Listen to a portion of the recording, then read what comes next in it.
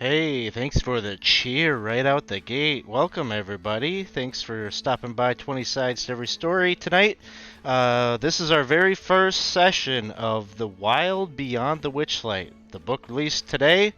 I was up bright and early at 4:30 reading through it because I still gotta work, but it's needed time to prep the module. So, yeah, it is out. So, um, definitely check your local game store, pick up that really nice looking collector's edition cover.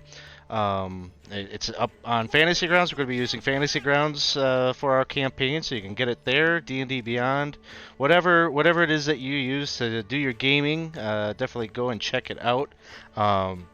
Reading through what I've read so far, it's looking like I'm really excited about this. This is going to be a very different, I think, unlike anything that we have seen for 5th edition campaigns so far, so I'm really excited about that. If you're watching this as a replay on YouTube, thanks for checking our video out.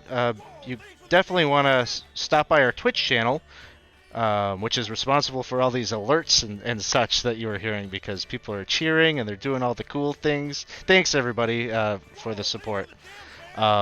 But yeah, you definitely want to come check us out at twitch.tv/20 Sides to Every Story. That's where you can catch this campaign live. We're going to be doing this weekly. This will be every Tuesday starting at 7:30, so come check us out when we're live. If that doesn't work out for you, though, we do upload all of our videos, our backlog, our archive goes up on YouTube, so you can keep watching on YouTube as well. So, for those of you stopping by to hang out with us for the first time, I just want to give you a brief introduction to who we are. 20 Sides to Every Story is a gaming community that produces live plays of content ranging from D&D. We've played Dungeon Crawl Classics. We play Call of Cthulhu.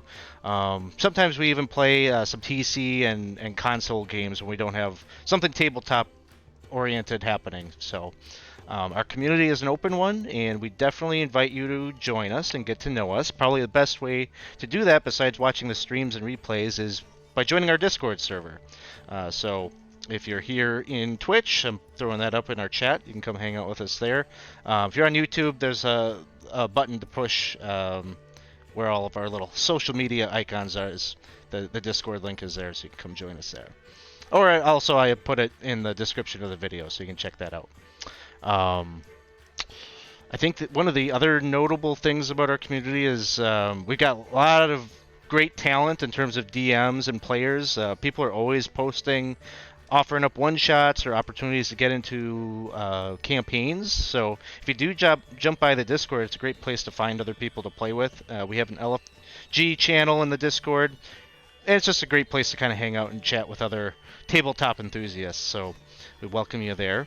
Probably the other big thing about our community is we run an open campaign that anybody can join.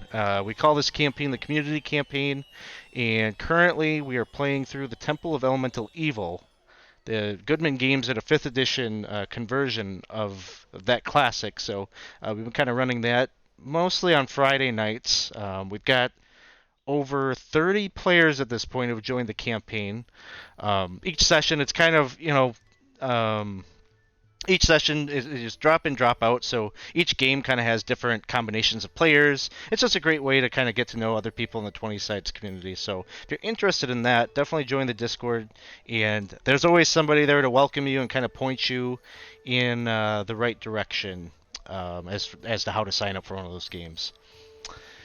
And the last thing before we get started with the campaign is we had a giveaway that we were promoting on social media to give away a copy of the campaign book, the Wild Beyond the Witchlight, and we had quite a few people enter the giveaway, and so we're just doing this kind of to celebrate the beginning of our new campaign. We hit 500 subscribers on YouTube, so it just felt like a milestone to kind of celebrate and commemorate. So we're not going to make you wait. We're going to pull the winner of the giveaway right away and get it off our plate. And so here we go. Let's see. Drum roll. Getting tired. All right. Lindsay, I think I saw you in the chat there. Lindsay, you just won a copy of The Wild Beyond the Witchlight. So congratulations. I'll be getting in touch with you. I know how to get in touch with you, so we'll be. I'll have to get your address and whatnot so I can ship that out to you. But congratulations, that's awesome. Real happy that's someone we know from within the community, so that's awesome. So stick around because now you got this book coming. You know, you can get a sense of what the first session with your gaming group might look like. So with that, I think we're just gonna jump right in to the story here. So you five, it's been some time. It's been 8 years, 8 long years since the Witchlight Carnival was last seen in Faerun. 8 long, long years since you all last saw the wondrous sights of giant dragonflies swooping overhead, the smells of festival fare tempting you to indulge in overpriced delicacies, and a unique brand of entertainment for both young and old, either by unicorn carousels, snail racing, or games of chance and skill. 8 long years since that time. Your memory of it all feels very distant, almost a little glossy, a bit like a dream. The last time that you were at the Witchlight Carnival, you all individually experienced something strange happen to you.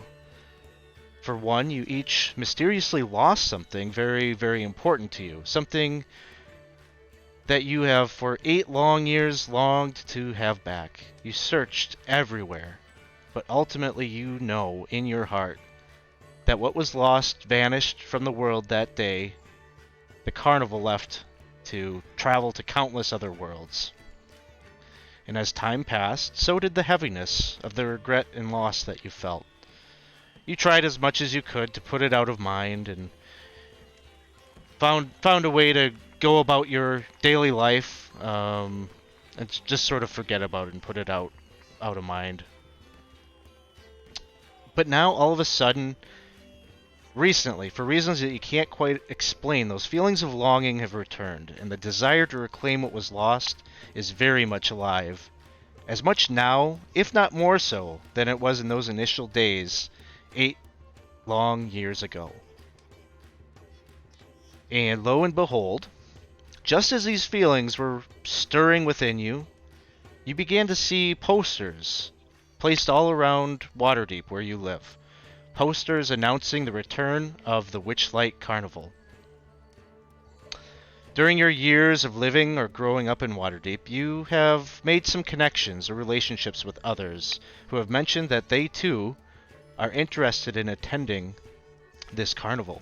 And together you now find yourselves waiting together in line near a ticket booth just as the carnival gets set up and is beginning to accept attendees. And right here, I think, is where we're going to ask our players to introduce their characters. Brand new party, brand new characters for the new campaign. And what I'm interested to know from each of you is give us your name, your character name, just a little bit about what your character's been doing these 8 years. What has their life kind of consisted of since the last time that they were at the carnival? And tell us a little bit about that item, the item that you lost, and what is its significance to you? And I think we will start things off with Kim. Why don't we start with you and your character? Sure. My name is Kim. I'm playing Shion. She is a high elf mage. She was actually schooled by a mentor that took her on as a daughter, and she learned to call him Papa. He gave her a signet ring when she started learning magical art, and that is what was lost at the carnival, along with many memories of Papa. For the last 8 years, kind of hanging around Waterdeep, honing my magical craft, talking to some of these guys and hanging out with them periodically, and really wishing that the carnival would come back to town. Super excited to be here. Awesome. Next, let's go to Isaac, your character. Hello, I'm Isaac, and I am going to be playing Vish. Vish is a Triton artificer. When Vish went to the carnival last, she was a little bit younger.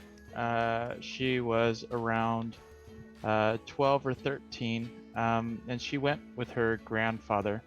Her grandfather was well known as an inventor, a Triton inventor, and she was his protege, so much that I almost at the time she thought, as a bond, he said he allowed her to carry around his tools. These are beautiful tinker tools that she had admired since she was since she could remember. There at the carnival, she had them, and she seemed to lose them somehow. And since that point, she seems that she kind of sees that point as kind of like where things kind of went bad. Soon after, her grandpa fell ill, and she kind of lost. Since then, she kind of lost really all her creative drive. She's kind of at a dead-end job. She's not really doing much with her life, but this carnival kind of sparked her interest. She thinks maybe if she could get back there, she might in some way find her creative spark again. Very good. We'll move now to Chris, your character. Maple is a barbarian fairy.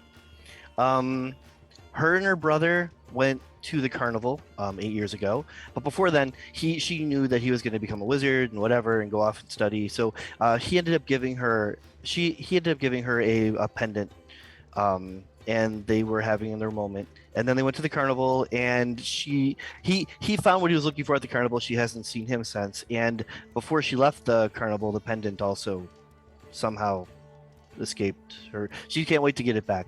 After the carnival, she found herself in Waterdeep, and she became a barmaid. Kind of, she's strong enough to hold the drinks. People are entertained by the fact that she can fly the drinks around, so that's what she ended up doing. But she was pretty sad until she met Kim's character, Titania, who cheered her up. So that's her best friend ever, even though I don't know if the feeling is mutual. We'll find out. But she's been working as a barmaid and trying to get by and trying to maybe find some adventure here or there until she saw the first poster when she went over. Oh, the carnival's back! And she can't wait to go find out what's in the carnival, in the long hopes of finding her pendant and maybe even seeing her brother or any of the other magic that used to be in her life 8 years ago. Awesome. Next up, we have Joe's character. Okay, I'm Joe. I'll be playing Arlo, who is a Herringen, which is like a bipedal rabbit person, who was a carnival hand at the Witchlight Carnival 8 years ago. But he left the carnival one day and didn't make it back in time before it left, and it leaves for 8 years at a time. So basically, after he missed the carnival, he wandered aimlessly around Faerun until joining a monastery just outside of Waterdeep. Then one day there was like a fire that ravaged one of the poorer districts of the Waterdeep city, so the monastery came in to help with the relief efforts, and Arlo and a couple of the other monks set up like a permanent satellite monastery inside of the city to work to provide medical care and hunger relief for some of the people in the neighborhood of that monastery. There he also met Shion and Vish, I think. But in his lodgings at the carnival, so when he failed to make it back to the carnival, he also lost the most precious item in his life, which he kept at the lodgings in the carnival. It was a tiny dustwood coffin containing the remains of his adopted son, who died in an unfortunate carnival accident a little over a decade ago. And so although the work at the monastery gives him a sense of purpose, he's felt sort of directionless in his life since losing the carnival and his late son's remains. And he feels that if he can retrieve the remains and continue his work at the monastery, his life would finally feel fulfilling. That's it for him. All right, and then Jenna, who do you have coming into the campaign? I have Lim Green, who is a Hexblade wizard. Hexblood. Sorry, two names with hexes. Hexblood wizard. Basically, like they look like a tiefling, but there's just something off about them. Something a little haggy. And the last time that they were at the carnival, she was actually kind of on like a different mission. She just kind of stopped there as like just kind of a way to like unwind. She was trying to find a hag that had placed a curse on her, and she could have sworn that she saw the hag like at the carnival, or like one of her disguises that she recognized. So she tried to catch up with her, like, and managed to like pick up a clue, which was this really creepy doll. But through just some unfortunate events, the carnival thought it was like one of their prizes. She tried to win it back, didn't have any money, and when she tried to go back again to get this doll back, the carnival was gone. And since then, she hasn't had any luck figuring out where to find this hag. And for some reason, like, you know when people have a growth spurt and like you get taller? Well, she's had a growth recession and she's been getting shorter, and now she's like 2 feet tall, and she's trying to, like, she's hoping that maybe going back to the carnival she'll find some answers. Feeling a little haggy today. I'm shrinking. That's terrible. Just a little haggy. bet it's hags. It's always hags. It's always hags. You can rest assured there will be hags in fate-oriented campaigns. So, Yay! Get a lot of mileage out of that quote. Yeah. So that's the characters. So you all, you know, I don't know that you all know each other really that well, like across the board, but you all like know somebody in this group, and then that sort of explains why the five of you are kind of standing together. There's enough connections between you all. It's kind of like, you know, first week of college, everyone's got a roommate that's friends with like some other people across. Yeah, it's kind of that thing. Like some of you are probably closer than others, and maybe some of you don't know each other at all. But here you are, and the carnival. It's sort of like it's like the early moments of evening. The first stars of night are twinkling above the apricot sunset, and a lot of the same sights and smells and things that you remember from 8 years ago are just like almost like nothing's changed. There's giant dragonflies that whir overhead. They're trailing streamers that are sort of like advertising the carnival that just say, you know, Witchlight Carnival. There's a low mist that sort of curls around the ground, sort of near. You can see there's like some other Harengon characters, some rabbit folk, who are laying out this like ribbon, like this blue ribbon, all around these big tents. And as the ribbon sort of connects, like two of them meet up, and they like drop their ends of the ribbon down, and almost instantly, it just turns into this magnificent river that almost forms like a moat kind of around the carnival. And little bridges are popping up that allow one to cross over to the other side. It's very, you know, almost otherworldly. All these different little things are just like kind of apparating, poof, poof. Tents are just poof. Instantly, there was like no tent there, and then this whole like thing, fully decorated, just blinks into existence. Maple is just trying to keep up with all the wonderments, but she can't. So it's just a barrage of looking and trying to take it all in. You see, yeah, so many different things. There's sort of a floral archway that sort of marks like, it's not like super well regulated in terms of like coming into this place. Like there's not like, I don't know. It's not like going to Six Flags and there's like one little funnel point that you're going in. It's pretty open, But there is sort of like this archway that's all florally decorated and whatnot, that seems to be sort of like the main thoroughway in. And through there, you can see all sorts of wondrous, vibrant creatures. There's elf stilt walkers that are entertaining children. There's dancing fairies, painted performers everywhere, laughter, pixie dust, bubbles, and there's sort of the wistful tune of Calliope. I think that's how you pronounce it. Kind of the wagon organ, you know. You hear that kind of off in the distance.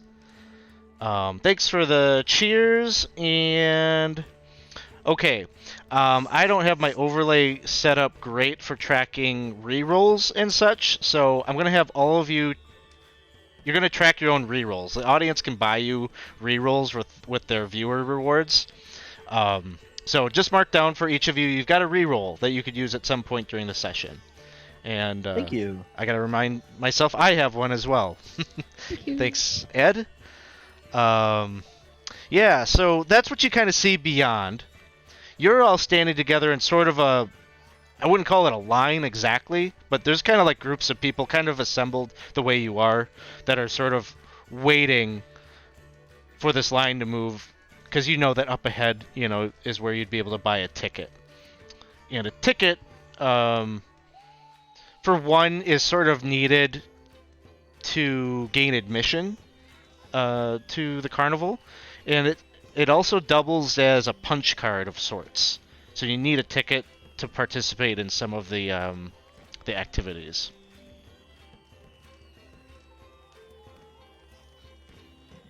Lim is like seeing all the stuff that's going on and hearing the music and smelling all the sugary, fatty, fried foods, is like kind of hopping up and down. And if it weren't for like the people here being like mildly familiar with her, they probably would have thought she was just like one of the, like, just some kid, like just being like, they're here, they're here, they're here, just like jumping up and down.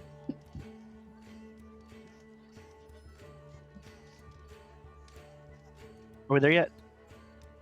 Are we at the front? Did you say we're at the front of the line, or we're still in? You're we can you're be. getting close at this point. There's probably a good maybe like 15 or so people in front of you. There's just 14. like one person. You see a goblin up ahead. So what you see is you're looking towards the front of past these 15, 20 people. You see a silver statue of a dancing fairy. It's kind of mounted on the roof of this. It's like a one-person little booth. It's just kind of, the people are kind of crowded around it a little bit. Like, there's not really like a formal line. People are kind of elbowing each other, trying to get in there.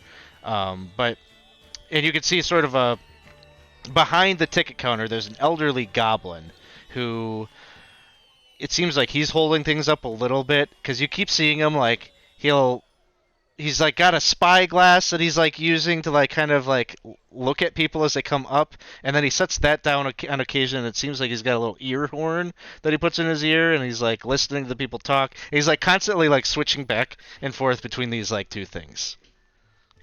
How did we get in this line? Isn't there You know, like several I other? remember a line last time we were here. Maybe there's another line. Cause I don't want to stand here any longer. And You you have to all be may patient. remember that the last time you were here, for whatever reason, you didn't get a ticket. Lim, maybe it was because this same goblin has probably worked here for a long time. Like, he looks like you kind of, you're starting to have like a little bit of a memory. Like, oh yeah, this guy. Like, it was just waiting. It was too long, and you just like went in, like whatever. Uh huh. Arlo, Sounds of course, about right. you used to work at the fair, so you really That's had good no old- need to have a ticket.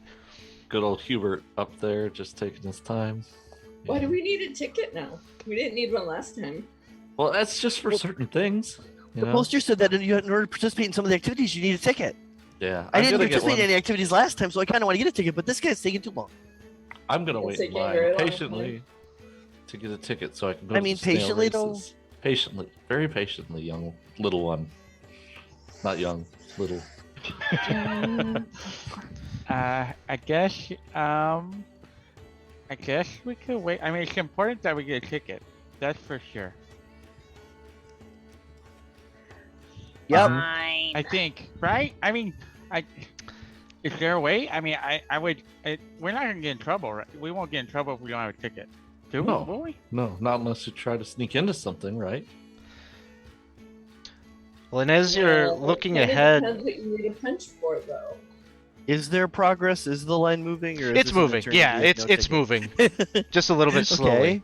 And as you're trying to like maybe weigh like the cost benefit analysis of like buying a ticket, because like you see like the bridge is right there, like there's no security, like you could just walk in.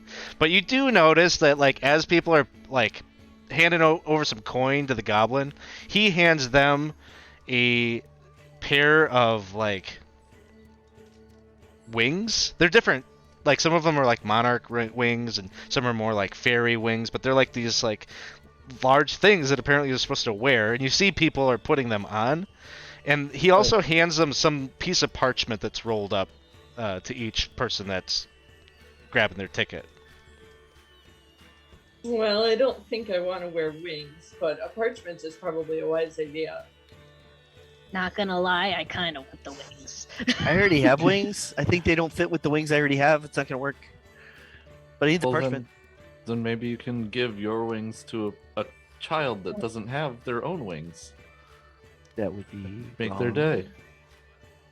Yeah. Are we there yet? Are we there yet? After about maybe 20 minutes or so of waiting in the line, it's finally your turn. And the goblin is just sent off a family of 3 off on their way. And then he says, "All right, who's next?" I am. Yeah. Go ahead.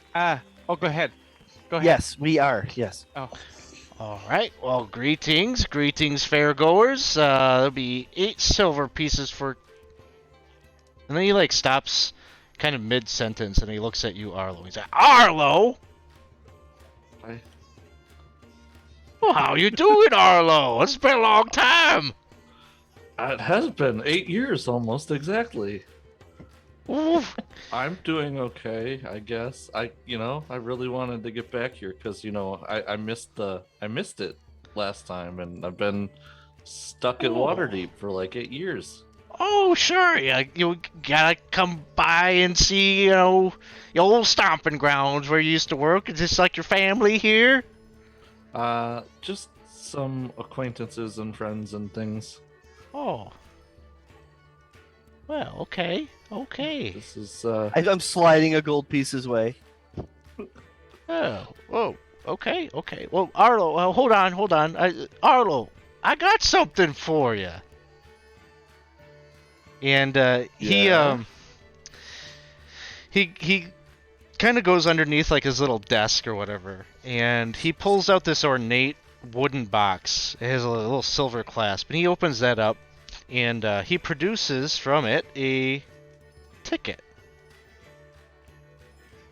Oh, he says, "Here you go, Arlo. It seems like somebody knew that you were coming. This is for you." Ticket. Arlo's interesting. got a golden ticket. And you can Is see this he's got different than like This is clearly different than what he's handing everyone else, right? no. It's Oh, no, like it's just- it's the same type of ticket that he's been handing to everyone else, and he's got 4 more in his hand. And he says, "That's funny." Wait, what? And then he looks at you, Maple, and he said, "What would you say your name was?" Maple Jessel. I was here Oh, 8 years ago yeah. too. "This one's for you." And he hands. I'm getting the vibe. I'm getting the feel right now. One of you named Vish? Yes. Oh, all right. Well, it's your lucky day there, Sonny. Really? Here you go. Thank you. Or Missy. See, Hey, I already did Got it. my name right. And Lim. Gimme, and she got like little grabby hands, just like. Yeah, easy. Don't rip it. Okay. Okay. And Shion. Please. There you go. Oh, wow. I got Thank that you. errand. I thought that was going to take me all night to figure that out. That was real easy. Right away. Huh. I'm really Wow. proud of you, sir. Now, okay. Hold on. Hold tight. You got preferences for wings? I've got different flavors back here. I got butterfly wings. I got fairy wings. I got dragonfly wings. Got dragon, just plain old dragon, vanilla dragon wings. Ooh, can I have dragonfly wings? Dragon, yes, you may, Arlo. Here you go. Thank you. Little, Do you little have- straps to like tie them around your shoulders. Do you have mint chocolate chip dragon wings? No, I do not. I just have the same ones I'm giving Arlo there. I'll take it. Okay. Thank you. There you go. Now, folks, very important you wear these. This is, you get a ticket. That don't really prove much, does it? You got that in your pocket. Nobody knows you bought a ticket. These wings, that shows that you have gained admittance. We had problems with this a number of years ago. We're kind of figuring, people were just walking in here not paying. And so we instituted this new wing policy, and it's working real well. It's very clear who's coming and going. And Arlo, Wow, you who would probably do such don't a remember thing? this at all. Like, you don't remember the wing thing, so you're like, oh, okay. Okay. Well, this Does is it look like I could put the wings on over my wings? Is that a thing? It'd be a little awkward. You probably have to hike them up a little bit so that they're like resting Alright. above, or Kinda- wear it as like a belt or something. Okay. If he has like wings that look like my wings, I'll want those. The feathery, Oh, sure, hawk yeah. wings. He hands you a set of wings. I guess I'll take some dragon wings, please. Oh yeah, good choice. Good choice. He hands these to you. They're kind of like made out of like a really heavy like paper material. Yes, I put them on grudgingly. And they almost forgot. You're gonna want a map. And he hands each of you a map of the carnival. Yes. And share that with you all.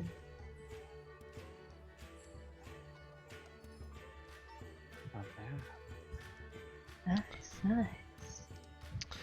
And he says, uh, we're right here. And he does the kind of tour guide kind of thing. He like circles the ticket booth right over here. I put your tokens on the map there just to kind of represent that. And he says, now,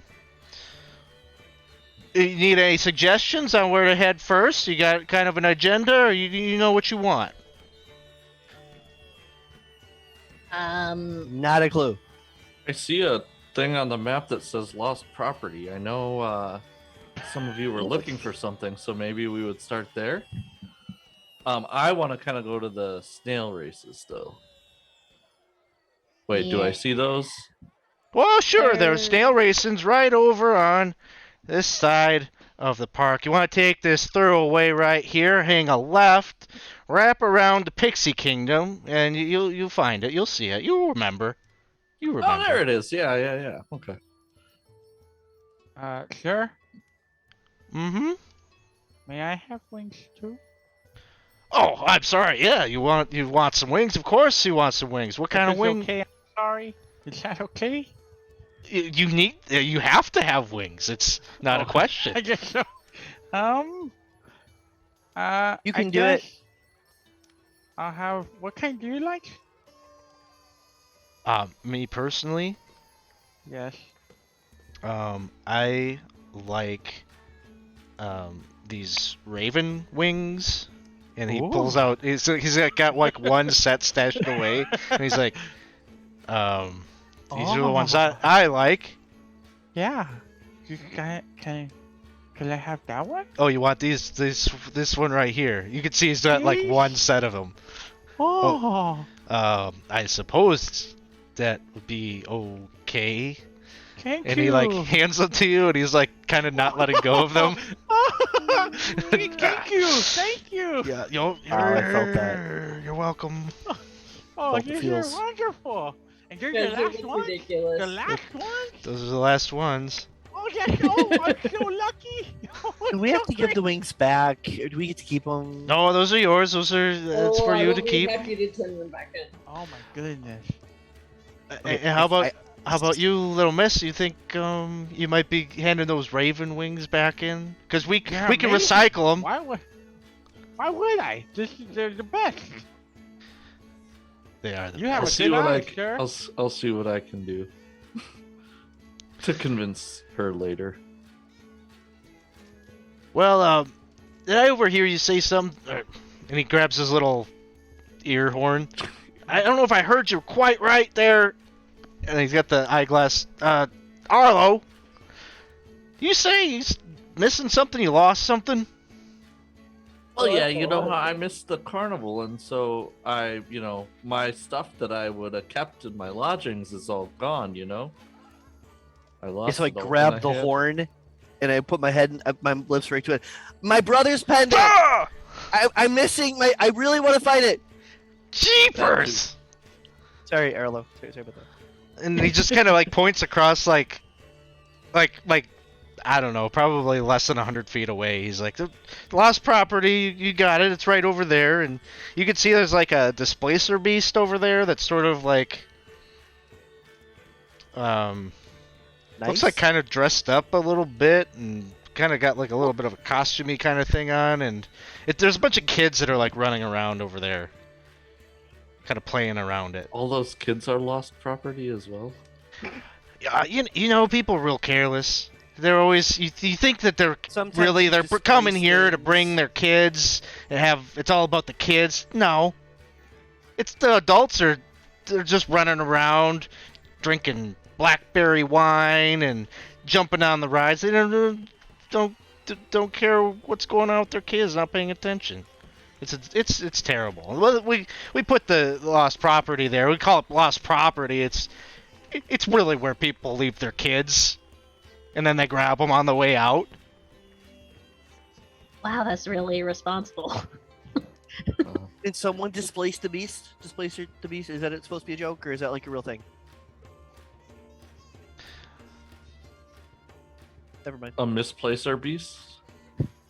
Displace the misplaced. Puts his eyeglass up to. What are you talking about? But yeah, so do we want to all go together to the lost property and then go to the snail races or the other places, or do we want to split up? Well, hold on a second. Besides lost children, are there lost items? Or is it strictly a place for children? It's not strictly a place for children. It's just mostly a place for children. The majority of I imagine some misplaced property winds up over there on occasion.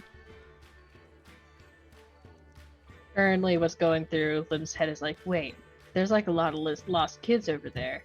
And the thing I lost was a doll, albeit a creepy doll. Her eye, like, it's hard to see, but like, cause like her hair, like all her wild hair is like covering her face, but you see like kind of like the rest of her kind of like tense up. She's like, we gotta go there right now, right away, cause what if the things are not there? Please, thank you. All right. Yeah, There's people in line. Let's go. Let's go. And the dragonfly rides aren't really that far from it, so that makes perfect sense. So, kind of as you're like kind of talking, it sounds like you want to head over to the lost property spot. But kind of like you just got your ticket and you just got the map. You're talking about heading over there and coming up this way, like kind of coming into the festival grounds. You see a 12-foot tall walking tree, garland hanging from its boughs, golden ribbons and streamers, and it's just real gaudy looking. There's some different kind of ornaments kind of hanging. It's like the craziest looking Christmas tree you've ever seen.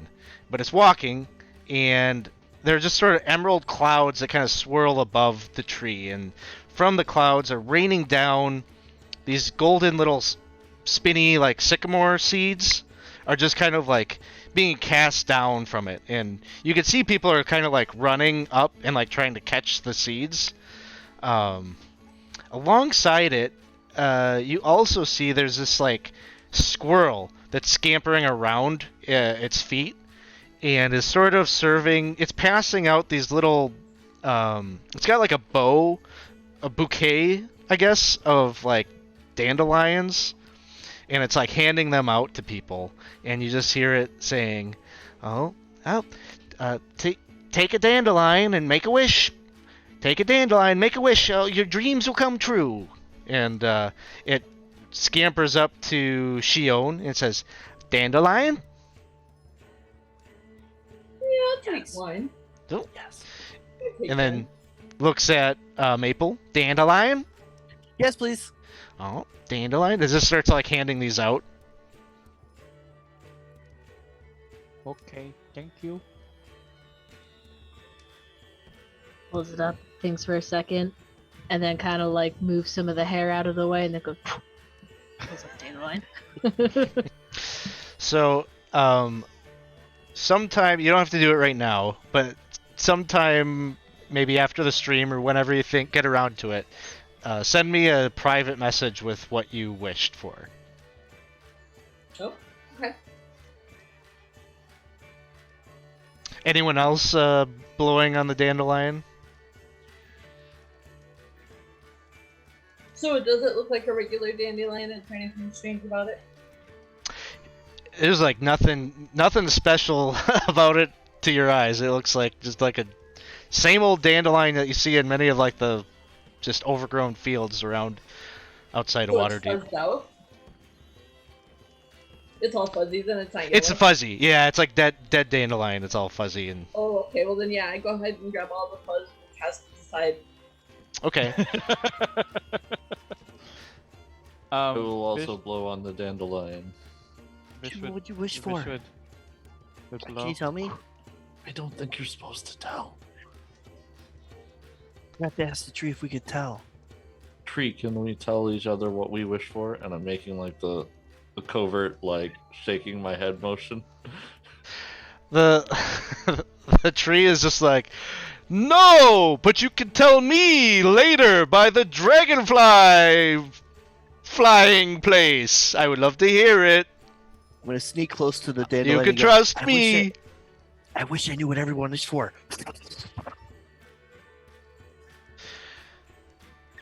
I kneel down to the squirrel. Hey, what's your tree friend's name? Oh, his name? His name's Northwind. He's been here a So- long time. He's ever since he was a little sapling. Oh, okay. And what is your name? Oh, my name? Mhm. Well, gee whiz. No one's ever asked me that before. I have a squirrel name. What's your squirrel name?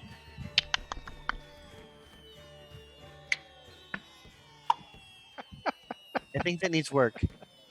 It's a work in progress. Okay, Yeah. said- That's To pretty pronounce close. Another, throw a syllable in there. Yeah, I think I missed one. Well, that's really cool. It didn't even pick up this time. I have no idea what you did.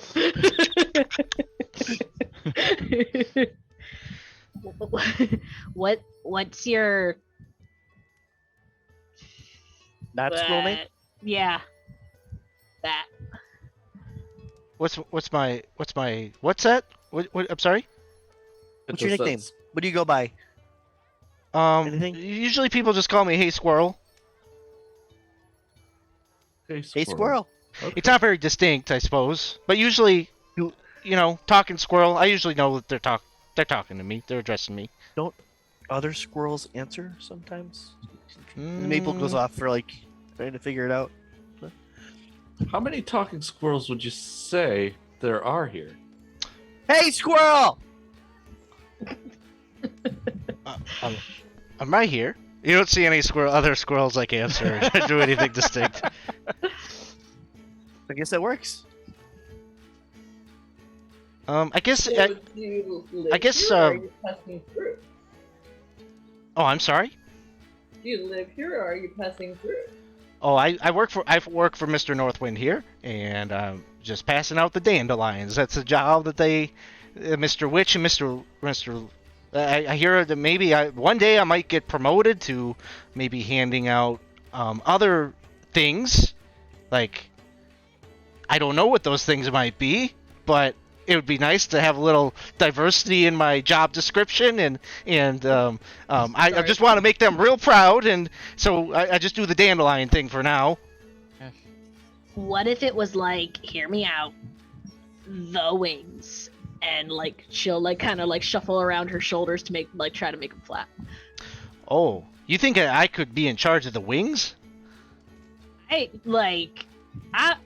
mean, I'm no expert, but in my eyes, which are like totally covered, in my eyes, you're doing like an incredible job. Like, you are like the best hander-outer person I know. Well, thank you. Hey, have you tried grabbing a sycamore seed? No, I haven't. And you see the squirrel just sees that he's kind of trailing behind at this point. That tree, Northwind is like kind of gone beyond the ticket booth and is kind of heading towards like the big top tent. He's like, "Oh, I gotta go. See you all later. Nice to meet you." Oh, hold on. I hate Squirrel. Squirrel, hey, Squirrel. And you can still see like some of the sycamore seeds are kind of trailing behind Northwind as he progresses further in to the festival. Squirrel. Excuse me. It's Hey Squirrel. And the squirrel just like calls back, "Hey, if you want to talk more, you can come and find me later by the dragonfly rides." Why are you going? Why do you want to go to Dragonfly? Dragonfly rides. I mean, doesn't that sound like the best thing to do here? Ride dragonflies? That's what I wanted. That's what I wanted to do anyways. This is gonna blow her. She's gonna eat the stem. Excellent. Excellent. Okay. Okay. Before we get. Oh, good.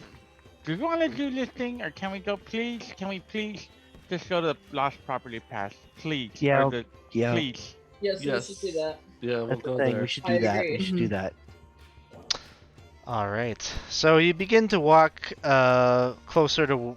You see that there's like a sign that says "Lost Property," that is sort of built right into this little wagon. And outside the As we walk wagon, away- Oh, sorry.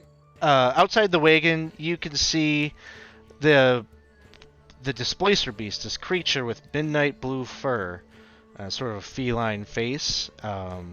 Here, I've got an image of what he looks like. Ooh. As we start walking, I take off my dragon wings and drape them on my arm. Okay. Aw, he looks precious and scary. Yeah, he's got a look. He's got a look. Or I should Are say those- she. And so you can see it has a pair of tentacles extending from its shoulders. It wears these fake butterfly wings, and hanging from its collar is a small wooden keg. The creature is very patiently sitting around where there are these children that are like two boys and a girl are kind of rambunctiously kind of running around the thing. On occasion, you watch as like the one little boy like steps on its tail, and she goes, "Oh, little ones, just a little bit more care, please."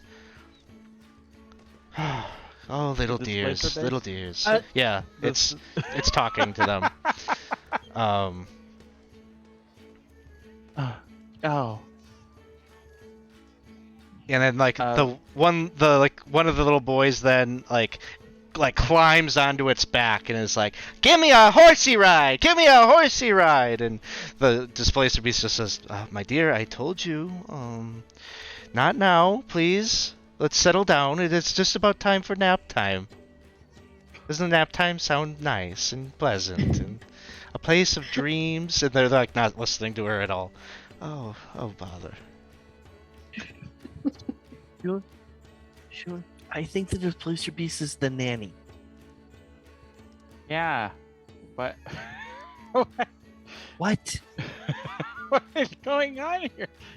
I don't love her remember how brace. I like its bracelets. Okay. Yeah, she's really cool looking. Um, She's She'll very let us- lovely. We should continue looking.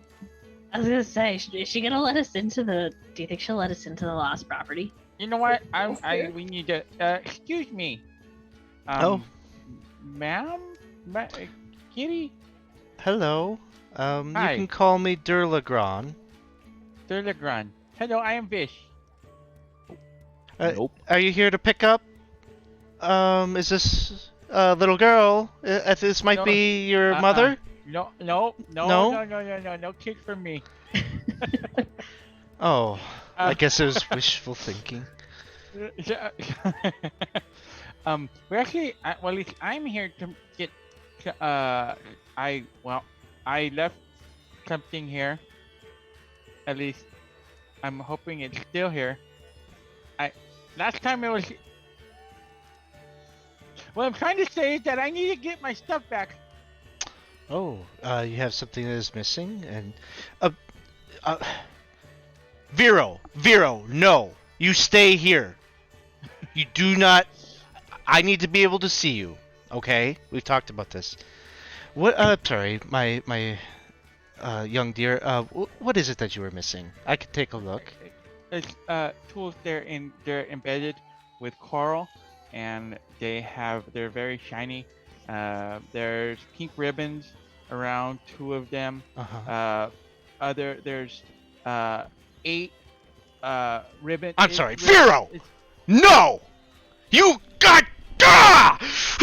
And the cat just like goes running over towards the wagon, and you see like the little boy like has this orb in his hands, and the displacer beast like runs over there, and like its wings like fall off as one of the tentacles goes and grabs it, and she's like, "You insufferable little child! I told you to sit down!" And the kid is just like quivering in fear, and then like bolts and like runs off, and oh no, I'm sorry, Vero, I'm sorry. Come back! Come back! Oh no. Oh no. This is not How good. far away is Vero? He's Can I go like, get it? I don't know. He's running. He's like 60 feet away. Like he's just like wailing, and he gets out into the crowd, and he's out by the road. I don't think this place would be good nannies. Do you need to go get that? Well, I have these other 2 here, and so it hardly seems wise for me to take off and go after the one when I know that these 2 these little hell rats here will just go and run off in a different direction. And so I'm sorry. You were in the middle of telling me about your missing thing. Would you mind maybe going and grabbing him? I'll take a look in the cart. You said it was a set of tools. I could take a look. Very Absolutely. pretty tools. Please be very careful. Please. Do you need me to go get Vero? Yeah. If it wouldn't be such a bother. I'm not really good with kids. Me either, apparently. I'll get the. I know! I'm gonna need somebody I'm to. going with you. I'm I'll- gonna head up about 20 feet and see if I can get a bird's eye view and see if I can see where Vero went before we go in the wrong direction or anything. But yeah, I'm on it. Okay, Maple, you're going up to kind of spot check and see if you can figure out where it went. How And I'll about communicate that back to you? Okay.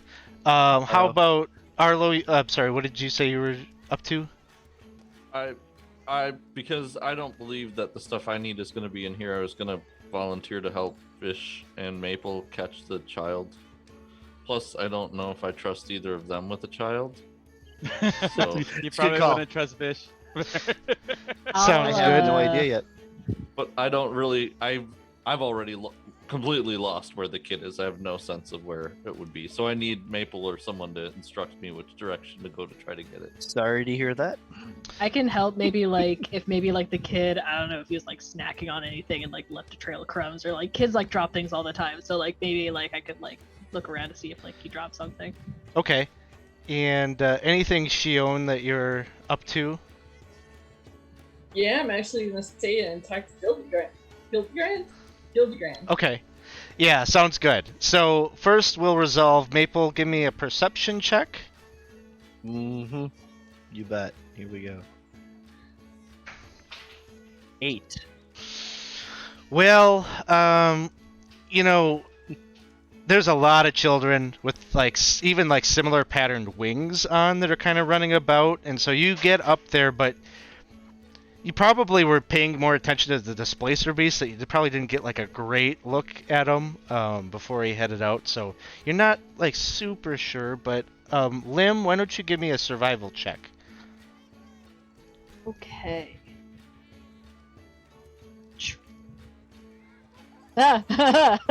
Heroes! So you Hero! Oh yeah, that's right. You do have rerolls if you wish to use them. No, I was trying to yell his name. I wasn't yelling reroll. Oh. I was also convinced I got it wrong though. So, you're also like not too sure. There's already, the grounds are pretty clean, and I don't know. The festival has just started, so you're kind of looking around for little pieces of debris or whatnot, and you're just not seeing anything. It's just impeccably clean here. This place is clean. Too clean. I would have never thought kids were here. All right. Well, then I guess I'll just start trying to wander in whatever direction I believe I maybe last saw the child. I think you would have seen him like run over this way, like into the crowd. Okay. I'll at least start running that way, and I'll be like, "Give me a shout if you figure out where he is." So, we've got Arlo. You're heading over in that direction. Is anybody going with Arlo? I'll go with Arlo. Hold on, Arlo. I'll go with you. Slow down, please.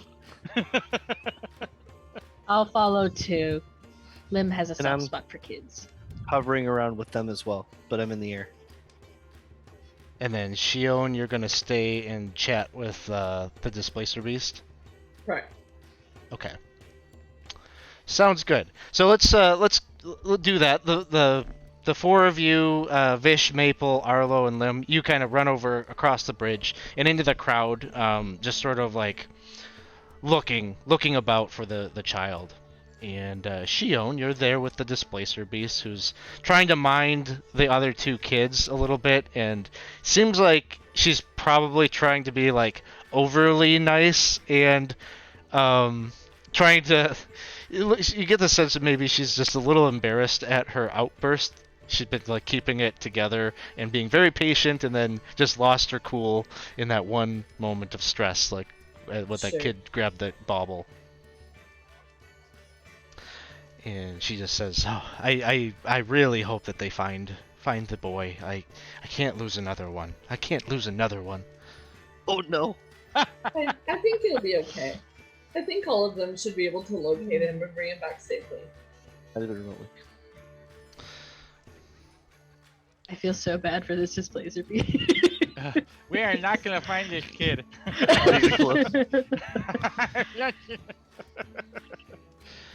The displacer beast just says, "I'm sorry. Was there anything that I could help you find?" Oh, absolutely. My name is Shion.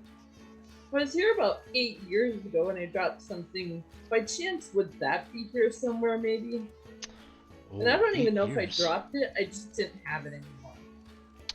Oh, well, I can certainly take a look for you. What might the object be? So I'm looking for a silver signet ring. It's kind of made of vines and it has some blue and kind of diamond-like gems in it. It's not a diamond, but it looks like it. And it's got an X. made of the vines. It would be smallish. I can't say that I've seen a thing like that. But 8 years ago is a long time.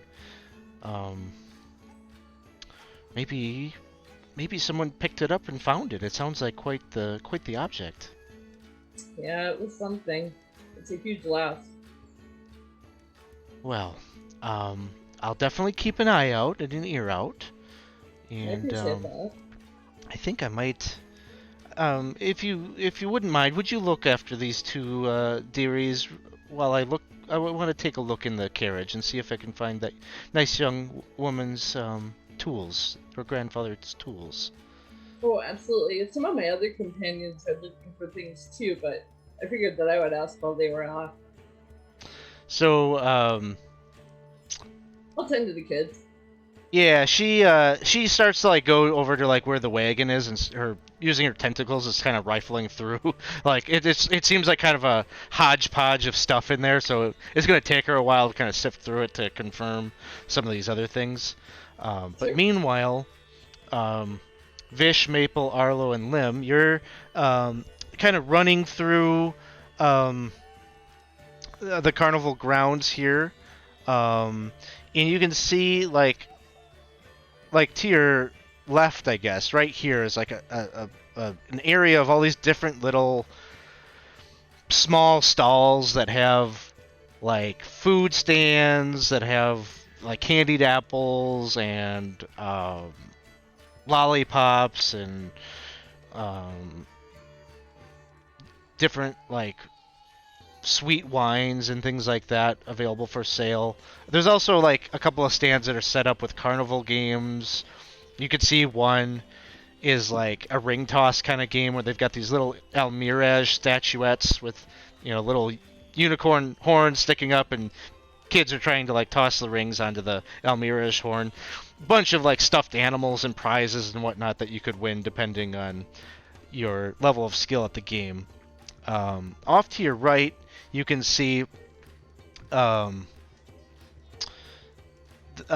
of a pond, like the river kind of connects to this little pond where there's some lily pads that are set out, and these giant dragonflies kind of use them, sort of almost like little landing pads.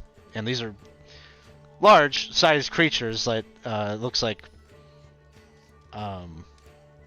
this is probably where the dragonfly rides originate from. So when you were saying dragonfly rides, I missed it last year. I thought you were just talking about like a ride like made from like wood. No, that is a giant dragonfly. That's a living creature. I am both Are they amazed and awesome? terrified. It's pretty cool. Awesome. Do you think the kid went in there? Oh yeah. And I look around for the kid again. Make another perception check. Oh, Maple. It's not gonna. I'll help Okay. too, since like I'm looking. Sure. That's a 5. Dragonflies. Where's my? There it is. Perception. Boop. Heck yeah. 8. So, What you're going to see the kid, but you're not going to see him in time for something bad happens. Yeah, completely understandable. There's like a lot of people, it seems, that are kind of loitering around and like looking at the dragonflies. A couple of the people are kind of like looking around at each other, like with like kind of shrugs. Like it almost seems like they're trying to figure out like who's attending to this. Like how do I get my ticket punched and like that kind of thing. And as that is happening, you see sneaking through, or like the kid has like snuck past all these people that are kind of waiting their turn, waiting for the attendant to come back or whatever. And I don't know, the boy's probably, we'll say he's like 7, and he gets up there and he like splashes into the lake a little bit and gets he climbs up onto one of these dragonflies. And the dragonfly's wings just start bzz, bzz, kind of fluttering a bit. This doesn't look good. This is, Arlo. And so Vish isn't really looking around. She's just like, you see anything, Arlo? This is how carnival accidents happen. I'm having flashbacks. Oh no. Oh no. What's Oh, wrong, Arlo? Do you see anything? poor Arlo. Yes or no? Heroes on the dragonfly. Yeah. No, it's Up on the there. dragonfly. I mean, I'm sure he knows what he's doing. What could go wrong? Go get him, Maple. You get down from there, right? Okay. Oh, And I start man. flying over to the dragonfly. So you go over there and you're like flying. Like as you're like making your way that way, all of a sudden, give me another perception check. Poor Maple. Sorry, I totally volunteered. Okay. All of a sudden, well, what you see, I guess, is as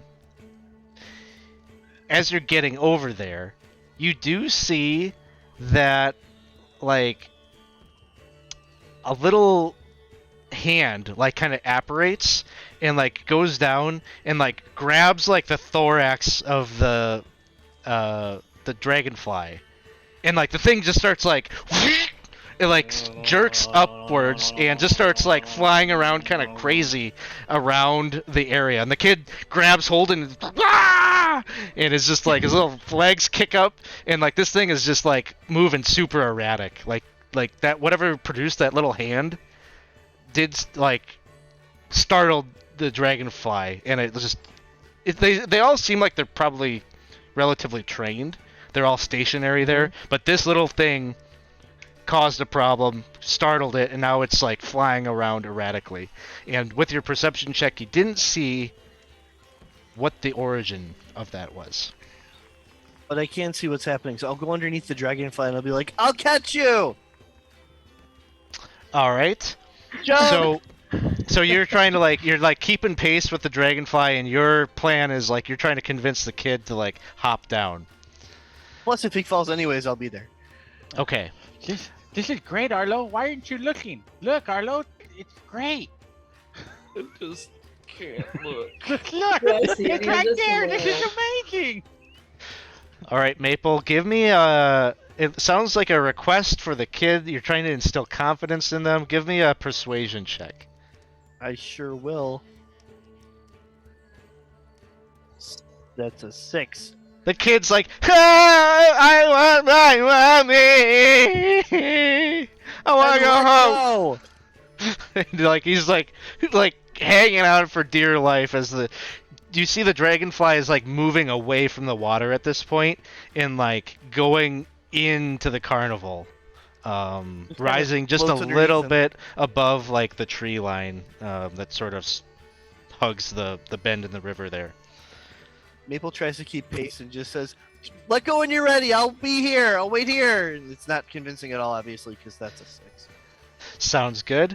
I'm gonna just kind of go around and grab some reactions from the others. Vish, what are you up to? I'm trying to get Arlo to check it out and saying, "Wow, it looks like they have everything under control, huh?" It's great. Oh, wow! Are you trying?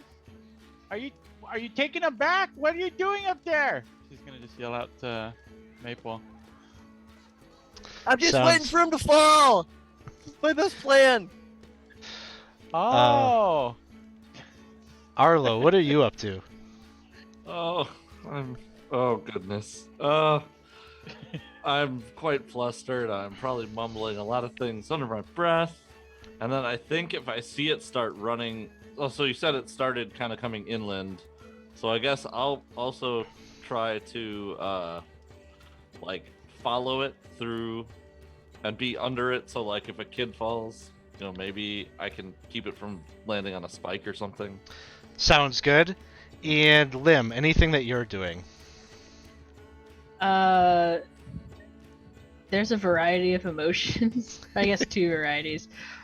One part of her is like very genuinely concerned because like she has a soft spot for kids, but like that haggy part of her is also like, yes, the chaos, and so she's kind of like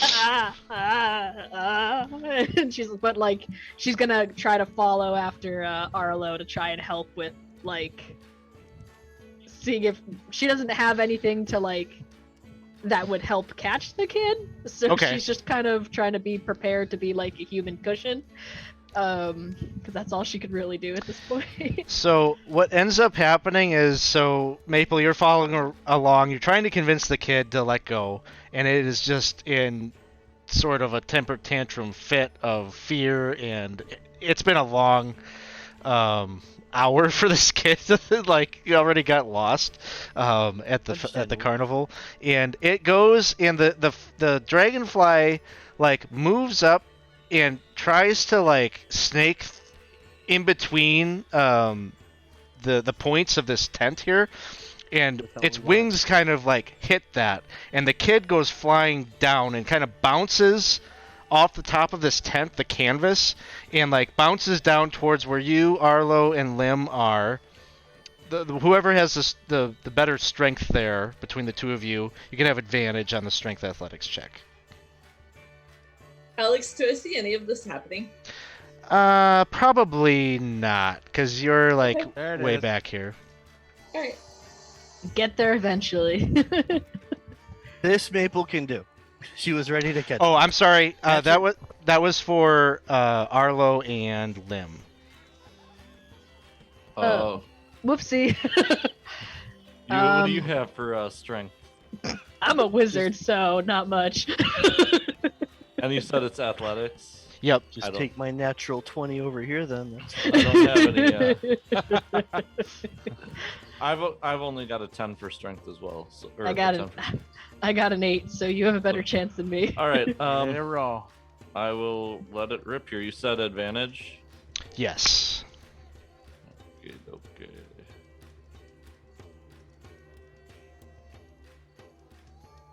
Nine. So you go to try to like grab the kid, and like you might buff it like the blow a little bit, but he still crashes, and he like biffs it into the ground, and he just starts wailing even. And he's like favoring his arm. I'm not dealing with injuries. This I'm more capable of. So- it's okay there, kid. And I just sort of like, come on, we'll take you back to your nanny or whatever. I'll try to pick him up and calm him down a little bit. And as this happens, like the lush green grass, like Lim, before you were kind of like looking in the grass, trying to look for like clues or whatever, and then it seems like the grass just like gets like a shade duller all of a sudden. The music like slows down just by a beat, and maybe like in tone just feels like maybe there's like a note or two that just like isn't quite right in the music. Just sort of like a very slight tonal change to the whole mood of the carnival happens. Should probably make note of it, but probably wouldn't think too much of it because I mean a kid That's did sad. just get hurt, so she'll probably put more focus on that. Shouldn't let that happen anymore. That's sad. No more crying. Nope. Yeah, that stinks. Can I help the dragonfly back to the dragonfly rides? The dragonfly basically has like flown off kind of, and like now that it doesn't have the kid like on its back, seems like it's got itself more or less under control. But if you want to give me an animal handling check to try to call it back to its grounds, you certainly can do that. Got an 11 on that. Just not a creature that you're like, I feel like I know how to do this with like other flying animals, but maybe not a dragonfly. And as like all that chaos is kind of winding down, and you're talking to the kid, trying to console him, trying to get him to cooperate to maybe go back to the Lost and Found, you see the that big tree, the walking tree, and the squirrel are kind of coming around the path here, and they sort of are like making their way into like the dragonfly area.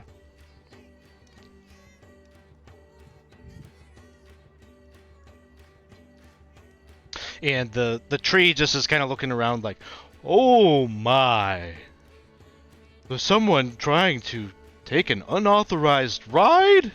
Oh, that makes me sad. How about you, Mr. Squirrel? The squirrel's like, oh, that's no good. That's no good. Them's against the rules there, Mr. Northwind. Oh dear. While He kind of lumbers over to like where all the people are, and he's like trying to like calm them down. Like, it's okay. The rides will resume just momentarily. While they're doing that, and like Arlo's like holding the kid, Lim would be kind of like hopping up to like meet his height and doing like trying to do little things with prestidigitation, be like to distract him, be like, "Woo, it's okay, it's okay, it's okay. Woo, look at that butterfly. Woo," and just kind of like trying to be distracting. A crying kid? I know what to do. She's gonna go ahead and pull out a small little fork. She's gonna grab a stone and turn back and start. And then she's gonna bring it back, and it's a stone, and she's gonna hold it out to the kid. And it's gonna quack once. Is it a duck? He like stops crying. He just has like a confused look on his face. Is it a duck? That's it. No, it makes a duck sound. But it looks Yeah, like a make you bent up happy? fork. Is that a duck call, or is it like a duck robot? It's Toy. just a stone that it makes a duck sound. Isn't that fun? Don't you like this, kid? It's just weird. I used prestidigitation to like temporarily make it like yellow, and when Oh. it quacks. Oh, I like when it's Yeah. yellow. Oh, Now it's better. I think No. that. Yeah. Can I have it? well, Please? Please? Please? Please?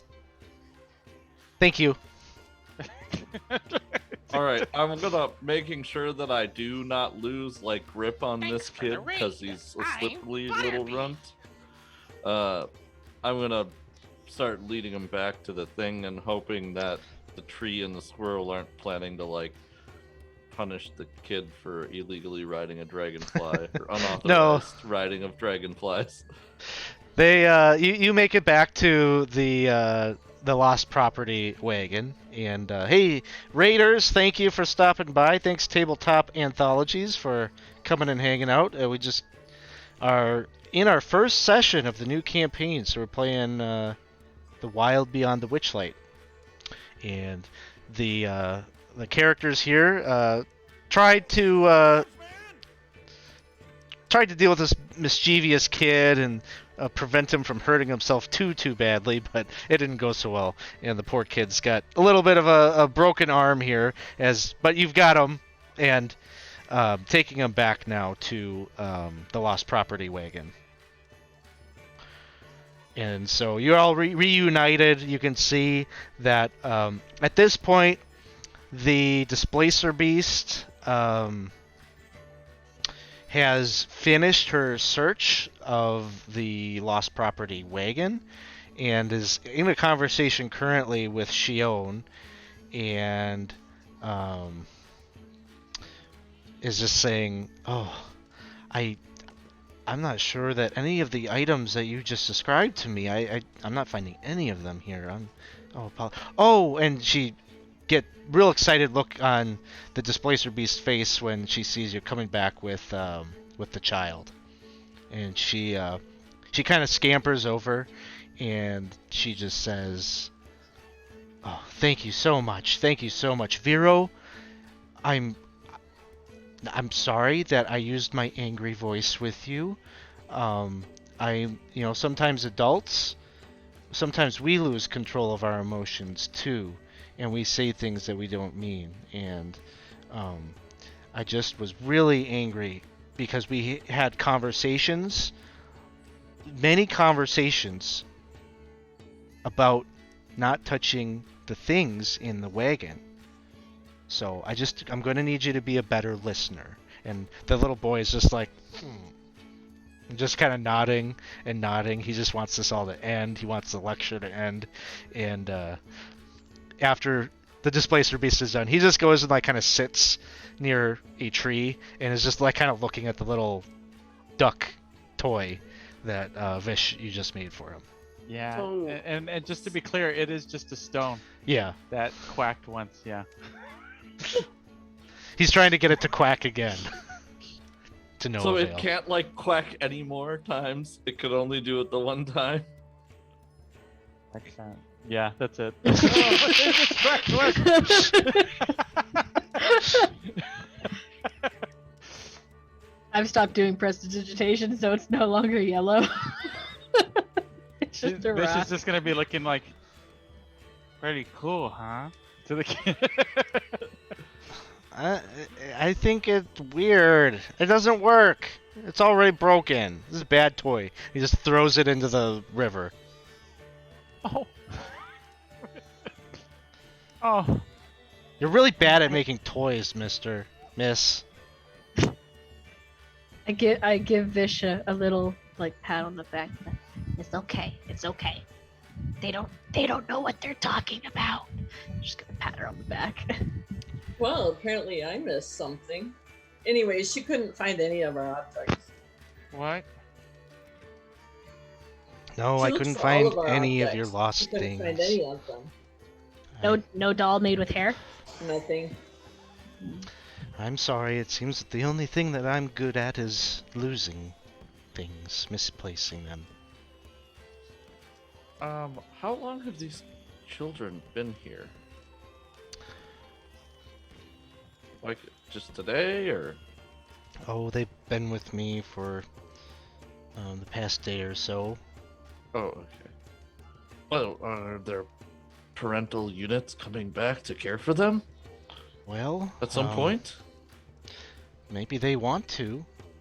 Maybe they want to, but maybe they have lost their way. Maybe. What's- Oh, and you could just tell, like, Arlo, like, you could make like an insight check.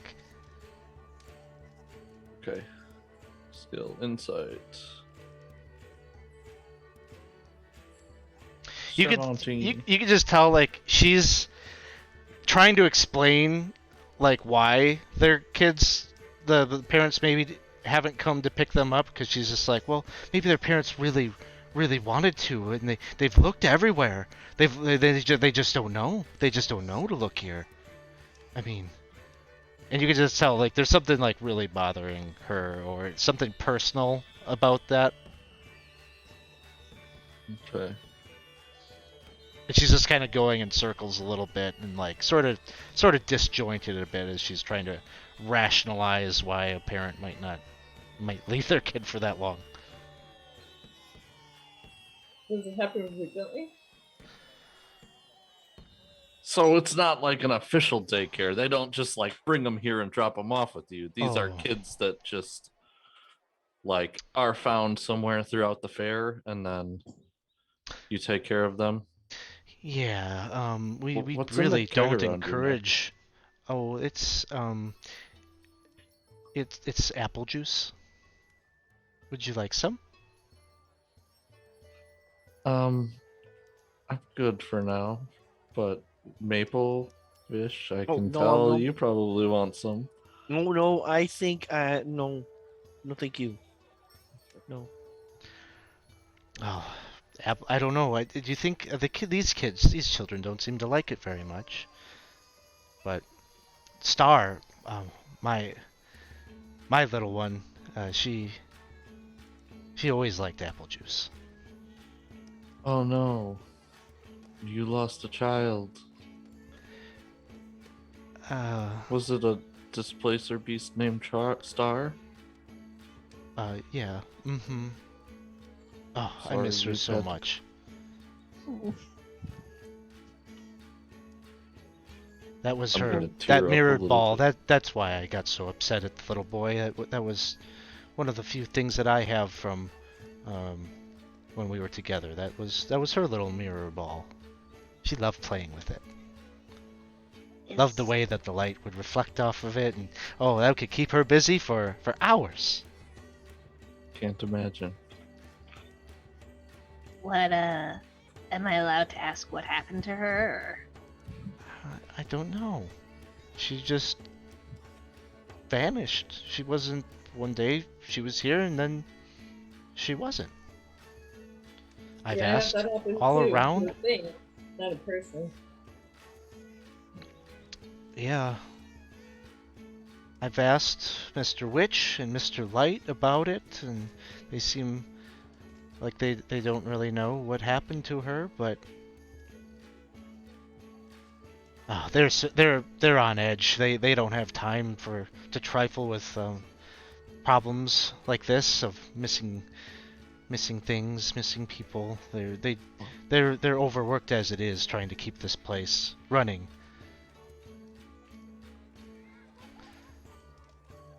So things go missing here pretty regularly, is what I'm understanding. Well,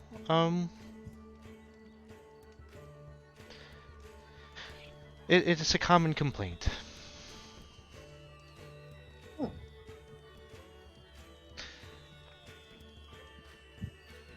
Uh-oh. Uh-oh. Do you remember where you were? Do you remember where you were visiting? Maybe where you're visiting. I think maybe Star might have ran off. Maybe.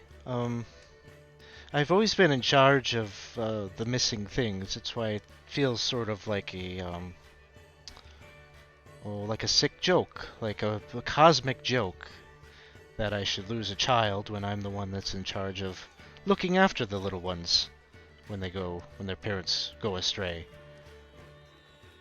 But, and she just kind of looks out across the river and towards, you could see the tower tops of Waterdeep off in the distance, and she says, maybe she's out there somewhere or on another world that we pass through. It's hard to say. I just hope that wherever she is, she knows that I love her and that she's safe and that she's finding her way. Can't see it, but Lim's like tearing up a little bit, just like, this poor displacer beast nanny. Yeah, the displacer beast just kind of rubs up against you, forehead bump a little bit, like little cat kind of show of love and care, and is just sort of doesn't say anything, but you can just tell is feeling that emotion with you a bit. I'm sure she's fine. I'm sure. What age is are they supposed to be like mentally mature? What do you know? I'm sure your daughter's okay. Well, she would have been 3. 3 Ooh. is that good? Is that Young. Are you like able to? Maybe 3 old equivalent for a to displacer your. beast or young? What I'm trying to do is trying to make you feel better. Is it working? Oh, just being able to talk about it does help a bit. Okay. Good. But she points to Vero, and she says she would have been about the equivalent of his age. Oh. Oh.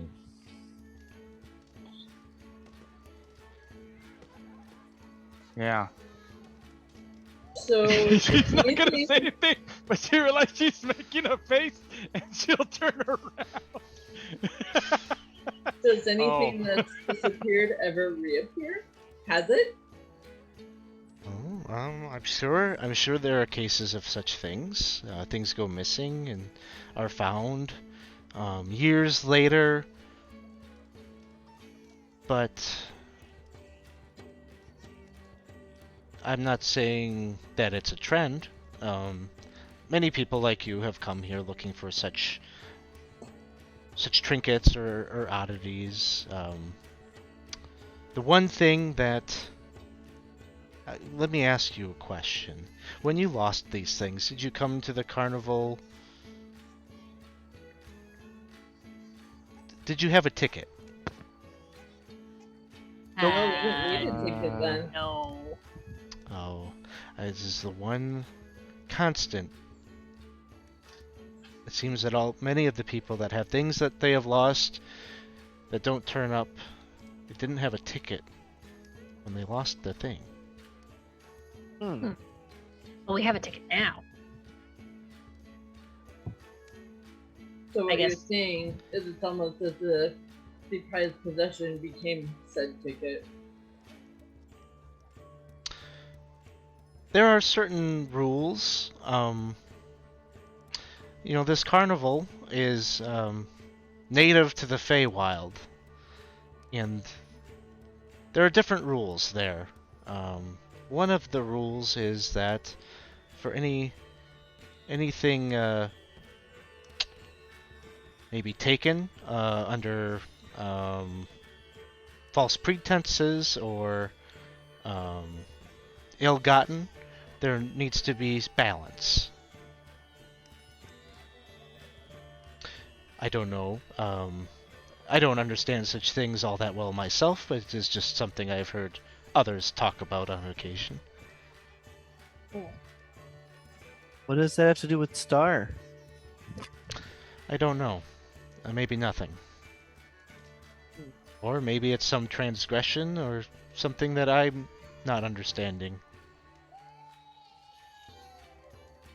Or maybe it is just the whims of a child saw something out in the Yeah. wilderness and decided to dart off.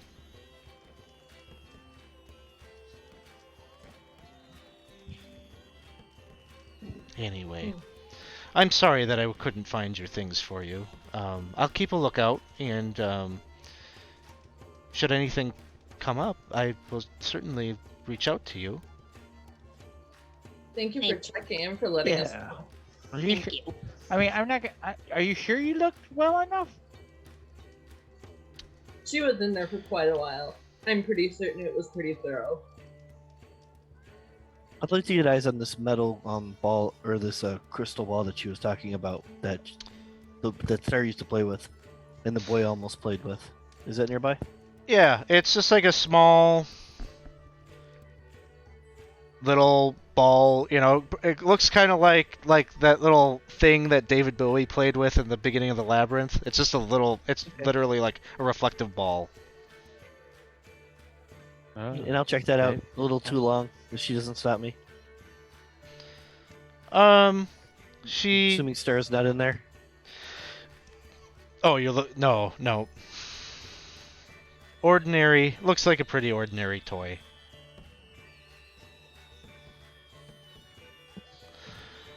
And with that, I think we're just about where we said we'd take a little break. So I think we will take a break and come back at about quarter after at 9:15. So thanks everyone for hanging out with us here tonight. We got a little bit more that we're gonna do. Episode 1 of The Wild Beyond the Witchlight. So we'll be right back. Stick around, hang out with us, and we'll talk to you in just a moment.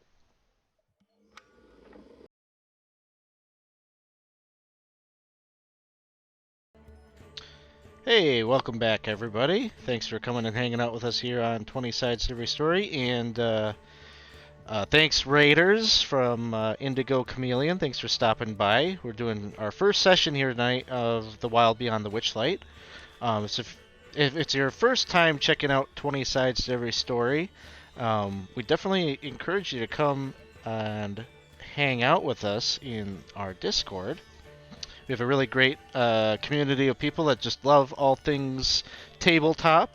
So if you're looking to get in a game, we got a lot of talented people that are always offering up one-shots or spots in campaigns. So just stop by our Discord and drop into our LFG channel, and I'm sure you'll find a place for you.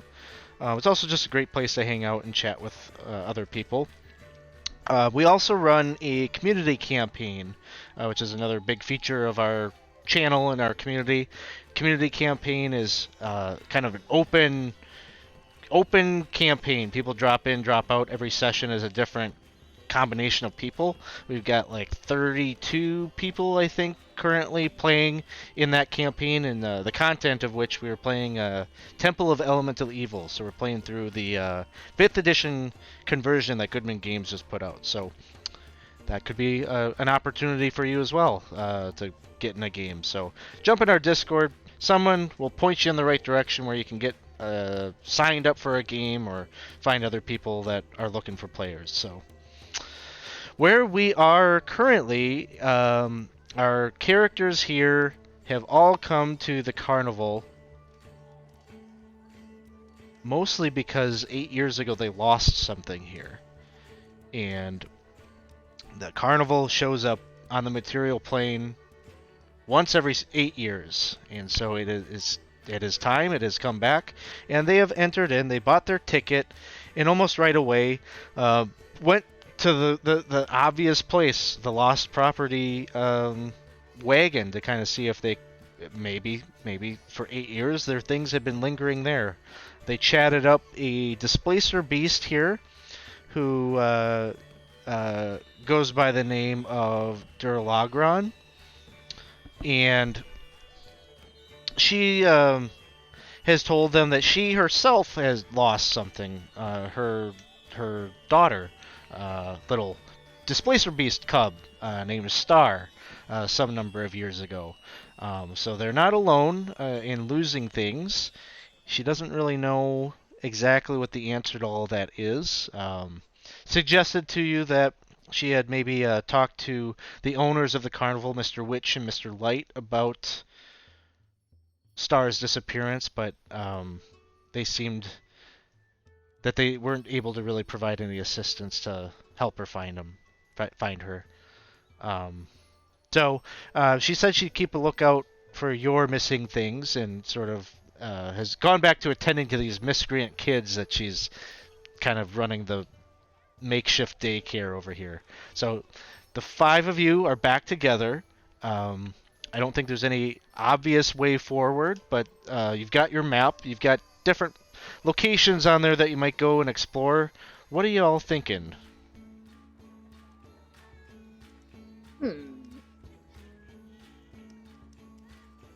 I'd like to check out the Calliope music. Sure. You can dance to it, Lynn. You're right, I could.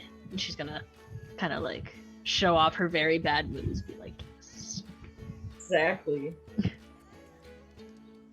So it sounds like, as the group kind of moving into the carnival a little bit, maybe right down this road, where you're hearing kind of the music from the Calliope.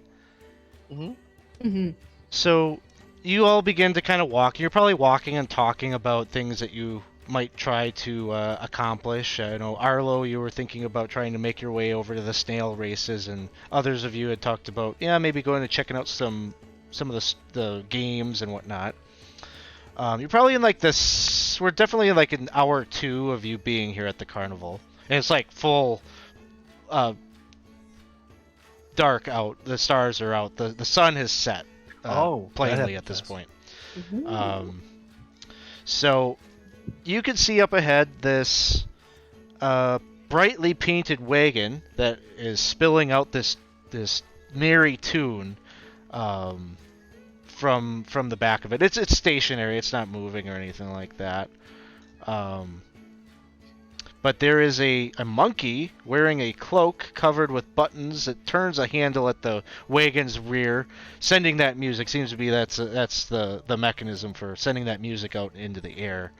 And you're watching as there's a little goblin that's dressed up like a ladybug that's sort of like kind of going around to passersby and has a little tin cup that it's rattling.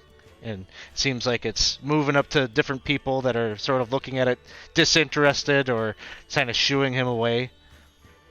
And the monkey keeps cranking at the the back of the Calliope, and then like as you five are like walking up the way, the little goblin in the big bright red ladybug wings painted with the big black dots comes up to you and it says, "Buttons, buttons." Is he offering me a button? He shakes the can. "Buttons, please." We want buttons. What do you mean, buttons? Just buttons? Like normal clothing buttons? And then like the monkey starts singing as you're questioning the goblin, and the monkey says, "Spare a button if you please. I'll sew it next to all of these." And he like shows his like coat, and it's just like buttons like like sewn into this jacket. And he's like, "I offer nothing in its place Monkey. besides a smile upon my face." The monkey singing. Oh, yeah, you're right. I was so enchanted by the tune, I didn't realize that it was the monkey saying. So if we I'm- give the buttons to you, Goblin, you're gonna give them to the monkey, and the monkey's gonna sew it onto its. I'm looking for a button, Jacket. an extra Uh-huh. button anywhere on my person. Is it safe to say I have an extra button? I don't. Yeah, sure. I rip it off. Yeah, I buttons. can't wait. And I try to catch the can, and then I stop, and I drop the button Dum. in the can. Hello, button. And he's going to like the others of you. I'll reach Yeah. in. I have like a costume in my pack, and I'll like look and see if the costume's got button on it that I can rip off and put in the button jar. He gets real Can. excited as you drop that in there. And the monkey just keeps singing, "I'll sew them to my threads. I'll sew them to my bed. I love buttons, love those buttons. Please give me all your buttons." Oh. Nice. Lim will like feel around in her pockets, and she might find like just some like random like chipped like wooden button and like try to put it in the thing. Boop. Kind of catchy.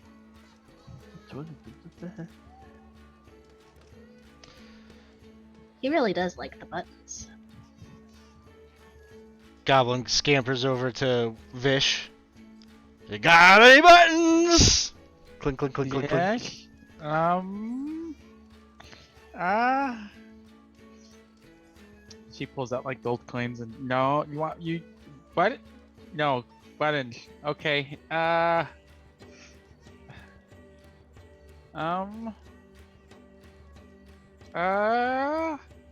She's kind of like I need these buttons to keep my clothes on. Could I maybe give it to you later? What do you? How about you? What do you want? You want buttons? He just like stops shaking the cup a bit, and he's like, "No, I just want food and shelter." Oh, sorry. It's a sort of a I minimum did not wage see that gig. coming. This got serious for a second. Yeah, right? No more sad. Let's talk about buttons. Buttons. Buttons. And I start tapping my foot because I'm waiting for him to sew the button on his jacket. Like, let's get on with it. Oh, Vish, he's like, okay, come back to you, and then yeah, starts yeah, rattling okay. the cup near you, Shion. Button for the I monkey. throw a few nuts from my rations in the cup. What did you put in the cup? Some of the nuts from the trail rations. He like looks in there. I don't have buttons, but you can eat those. That's food and shelter. I mean, it's food. I had no idea how that was going to play out. He just like eats them. Thank you. All right. You're welcome. The goblin like goes over to like where the monkey is, stops momentarily cranking on the turn mechanism of the Crank. Calliope, and he grabs some of the buttons that you just put in there, and he's just and he just starts like licking them, and like they just seem to like adhere to this jacket that he's wearing. I thought he was gonna use he's just licking them. One of them falls off. Oh, I thought it. Whoa. I run over and I grab it. And I go, got a button. Thank you! And he grabs it. Just covered in monkey spit. The goblin just kind of scampers away and goes and harasses some other people. And the monkey goes back to kind of playing the music, singing other songs about wearing buttons on his coat and all of the versatility of buttons, how they keep your pants up, and how I would love sometimes to you hear push another buttons. song. I would love to hear another song. I could Does play he with have buttons any all day, songs? and that's my favorite way. And he just keeps rhyming incoherence. Do you have any songs about belly buttons? Oh sure, yeah. Don't be silly. Of course he does. Proud of her interactions with the monkey, Maple stands tall, 2 feet 9 inches, and starts to walk towards the big top. Like, maybe that's next. Well, All it was right. nice to hear the music. Thank you. And he kind of nods to you and acknowledges that you enjoyed his tunes, and you walk a little further here into kind of this main area, kind of like maybe like this square a little bit, because it's right in front of the big top tent. The roof of which reaches out towards the night sky. Big, it's like the tallest peaks of any of the tents and canopies on any of the stalls over there. Painted wooden panels on the tent walls whirl and sort of animate a little bit with colorful motion, displaying vibrant circus performances. The sound of music and laughter is kind of out here. There's some like circus performers, jugglers and such that are maybe kind of like a pre-show, like trying to drum up interest for what's to come. And you can see there's like a tiefling fire breather who's sort of entertaining the crowd a little bit. And there's a carnival barker that's just saying like, come back tonight for our one of our greatest attractions. At midnight we will have various performances from some of the carnival's most talented acts. Make sure that you don't miss it. Tonight you'll want to be here for the Big Top Extravaganza. With performances by Palasha and Gobo the Sad and all of your favorites. Can we come back and see Palasha? Can we? I hear that Gobo is one of the best dramatic storytellers that ever lived. We've got to be here for that. So we must come back. We'll be there. We'll be there. What do we do in the meantime, though? What's the... To the south, there's like this bubble thing? Like, do we see the bubbles from here? Or... Oh, yeah. You see, coming from there, they're like... It's like this gigantic like teapot structure. And you see that people are like... There's like a little door at the base of the teapot. And people are walking in there. And then momentarily after that, a bubble forms at the spout of the teapot, and that person is in the bubble, and then they pop, and the bubble doesn't pop, but it separates from the spout, and that person is just like kind of drifting around, and it seems like has some degree of control over it, so they're kind of getting a little bird's eye view of the carnival. Ooh. I think maybe we should go there Uh, so we could see Ooh. maybe Looks what like a else good way is to around. lose some parents. I don't know about this one, guys. Dragonflies I was cool with, but that's creepy. Yeah, how did I Bubble? get back down? But I wait to see if like Yeah. do any of them ever get out or they just float away. Ah! You're waiting a bit to see if you can see what happens. Yes, please. Sure, make a perception check. Oh boy, here we go. Everybody, Okay, Maple, we got this. I'm looking, so I might as well. Oh wow. Okay, 12. We're getting there. Heck yeah. You see.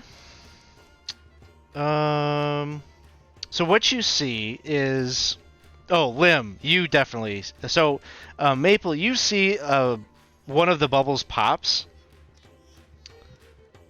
and like the person inside it, a halfling, is like kind of shocked.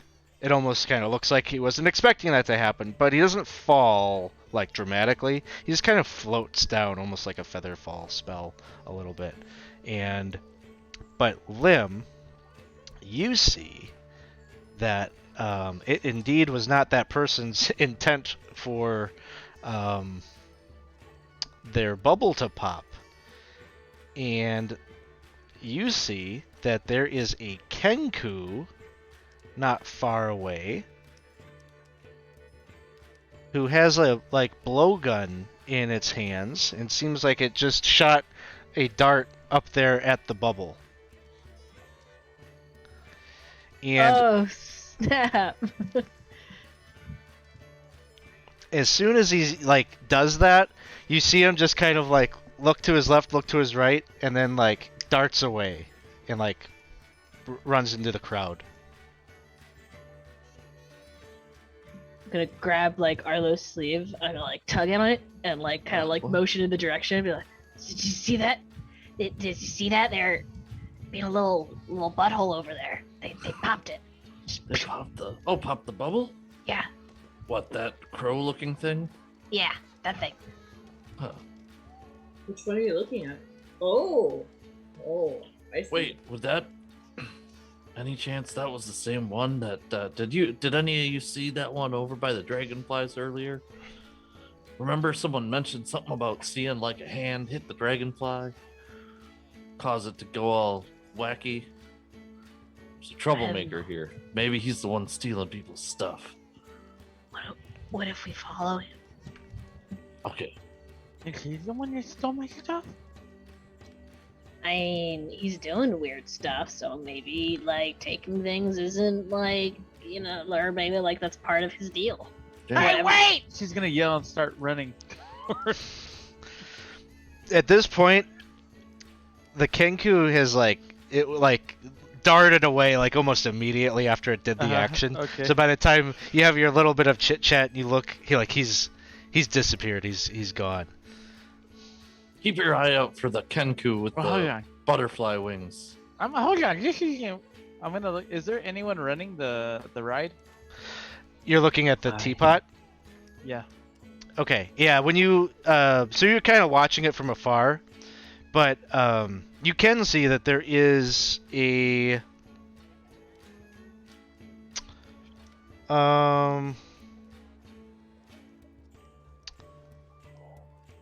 what is he? Oh, he's a goblin. There's a goblin there, right near the the beginning of the teapot, or the entranceway. All right. Fish would kind of stomp over. And Oh, okay. So you go over there and you approach. oops. Yeah. Yeah. So he sees you coming up, and he's just like, "Hey there, little miss! If you aren't afraid of a bit of toil and trouble, pick up the pace and get in a bubble." Hold on about your showing trouble and rhymes. I got something important to tell you. I like the okay. Well, spit it out as long as it's not as Sorry. difficult as undoing a gnarly tree knot. I saw someone. There's someone out there. There's someone out there. We saw them blowing darts at these bubbles. Blowing darts at bubbles is quite mischievous. Yes. Why did I choose such a long word? Why did you end the sentence on mischievous? Why did you end it on mischievous? It's a mischievous trick. He's That causing a might lot be of right. trouble. That sounds. No, that Like doesn't rhyme. being a dick. Hey, can I start over again there, little miss? Like, Oh. sure is causing a lot of trouble. Popping bubbles is bad. That's what I just. I told hope you. it doesn't don't get become a fad. There we go. Yes, I get Oh, it. we're rhyming. I know. No, we're not. Listen. You're not. You're missing the timing. I'm listening to the words that you say. I hope you get done soon so you go away. We'll be here all day. Hey, he gets it. She gets it. See, I'm gonna do it. I'm gonna. Could you please help us? I don't know about the bubbles, guys. I'm just saying. So you're not gonna do anything about the guy shooting darts at the bubbles? Who's causing troubles? Well, that one's people name are- is Kettle Stream. Oh, so you know you're him. aware. Oh. So do you He's just kinda do that? metal stream? Pedal Kettle, stream? kettle stream. Kettle steam. Pedal my means. Kettle Steam. I don't know about the bubbles, guys. So you're just aware that that one is that like a thing? I think that Mr. Witch and Mr. Light are trying to keep him within their sight. Ah. Okay. Oh, so you want? Oh, we're supposed to rhyme. One of us is Putting definitely up a supposed to rhyme. If I don't, I have to But- put but in you- overtime. It's not a much of a right. It's not much of a mind melter. If you don't rhyme, you will have no shelter.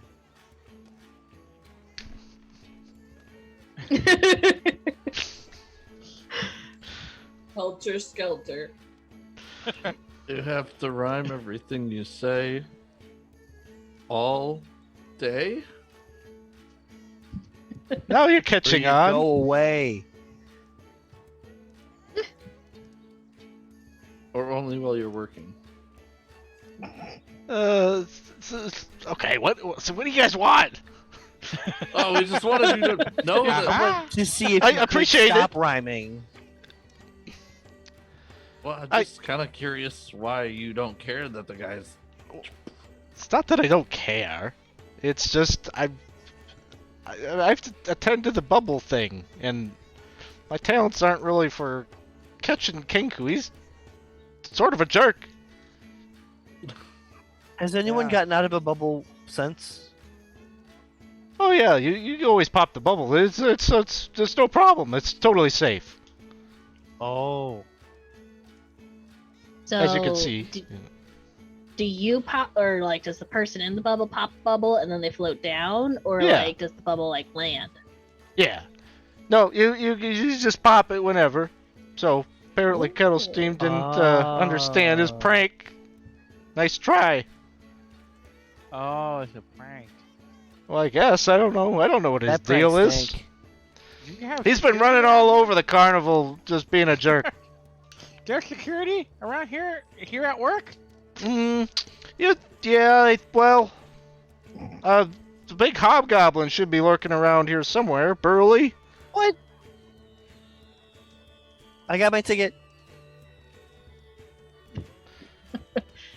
Well, do we Show it to him. do we want to ride the bubbles over to the next place we go to? I kind of do. Are the bubbles safe? It's 100% safe. Let's do it. And she's gonna present her ticket, and I guess. Hey, look at that! You're not as thick as a bramble thicket. You've shown me now that you have a ticket. Oh, that's wonderful. He punches it. He's got a little tool. He punches it. I'll go in a bubble as well. Here's my ticket. Punch, and then like he gives you like a little bag. It's just like a little pouch. He says, "This bag is full of tea. You can have it if you don't tell on me that I wasn't rhyming the entire time." Thanks. Yeah, I'll take it. I won't tell. Thanks. I don't know why I would. I'll get in line like a little drone because I don't want to be out of a bubble alone. So are you all going? He punches your ticket. Punches your ticket, I'll punches hold your up my ticket. So you all like individually get in the teapot and like eventually come out and boop, like some kind of Willy Wonka thing. You're in a bubble and you're floating. It's very slow and sort of, sort of soothing, almost a little precarious at first because you can't see like the floor beneath your feet. But once you get accustomed to it, it's quite nice. But you do have to exert some degree of kind of like motion to like kind of steer it. And so once you get in, if you could all give me a acrobatics check to see how well you're controlling the bubble.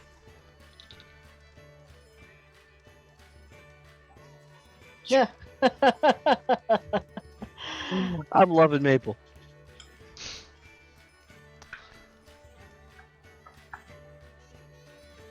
Yeah. 16s. All right. So Arlo and Vish, no problem. You're able to kind of control it the way that you want. Maple, you're heading kind of against your will. Sort of down towards, it looks like there's like a minecart kind of track that kind of surrounds this sort of little structure. So you're kind of floating down that way. And let's see, Lim Green, you're just kind of headed sort of in the similar direction, but maybe a little bit more to the southeast, like kind of out of the carnival. Ooh. And did we get an acrobatics check from Shion? So I rolled a 5. Oh, you rolled a 5? Oh. Register. So you're kind of headed back towards over the Calliope and kind of towards this, like you can see like this carousel over here, and that's sort of the direction you're headed. Oh no. Okay.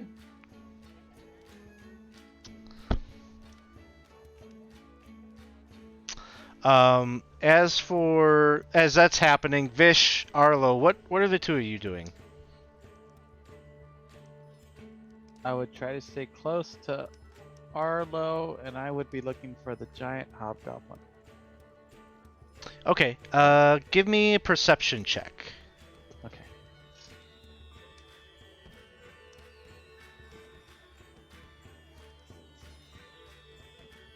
Three. Kind of taking a look. No sight of him that you can Can we see. like talk to each other through these bubbles? Yeah. Or are they like? No, you can talk. Yep. What were we doing? Yeah, so we're looking for the you're looking for the security guard guy? Yeah. Yeah. Yes. Okay, I'll take a look out as well then to see if I can spot a big hobgoblin somewhere. And then otherwise, I'm gonna probably, start angling myself over towards the snail races. All right. Give me a perception check.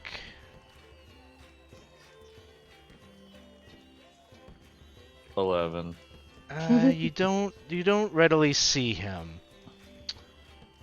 And so then Okay. you're kind of heading over to the snail races? Yeah. Okay. At this All point, Maple right. slipped onto her keister. She's like back down to the ground, body's facing up, trying to gain control. Okay. So I'm just going to use that check kind of to represent where you end up, because I'm going to put you all in different spots right here. So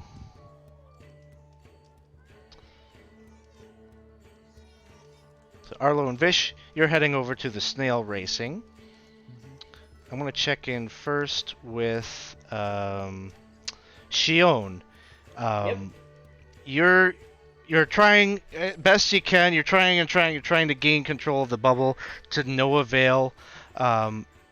Your bubble is going right over top of where you could see this circular wooden platform where a procession of wooden unicorns stands motionless. There are some fairgoers that are clambering onto the unicorns' backs, and you see a female centaur that is setting the ride into motion, just as you're flying kind of overhead there. Okay. Not what I expected again. Anything that you're doing as you're kind of floating there? Right now, just kind of taking in the sights. I'm not sure where I want to land yet, or if it's gonna pop on me. So for right now, I'm seeing as much as I can. Okay. So you kind of hang out and you're just watching and waiting, and pretty soon your bubble will continue over to the next area. And I'll come back to you to describe that. Alrighty. Let's go down to Jenna's character, Lim. So you're kind of crossing right now the boundary where like the river is, kind of heading outside of like the carnival grounds. Nope. She's gonna try to like swim back, and if that doesn't seem to work, she might Joe use her tail to pop the bubble so she can float back down. Sounds good. So you manage to pop the bubble, and just like the other person, you're just like kind of feather falling down to the ground. And you may be able at that point to, like, if you want, make sure that you touch down before you get to the other side of the river, so you don't have such a long trek to get back in. And where you kind of land right here. Okay. And as you do so, you can see that there is a person that's sitting on the back of this this wagon right here. Just give me 1 second, we'll pull them up. Sure.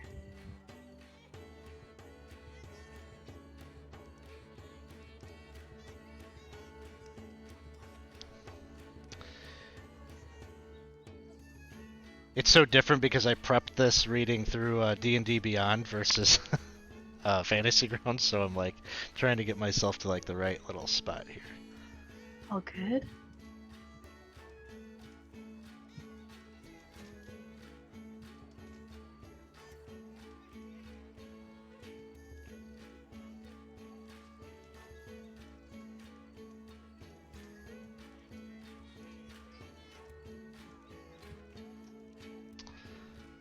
Oh, shoot.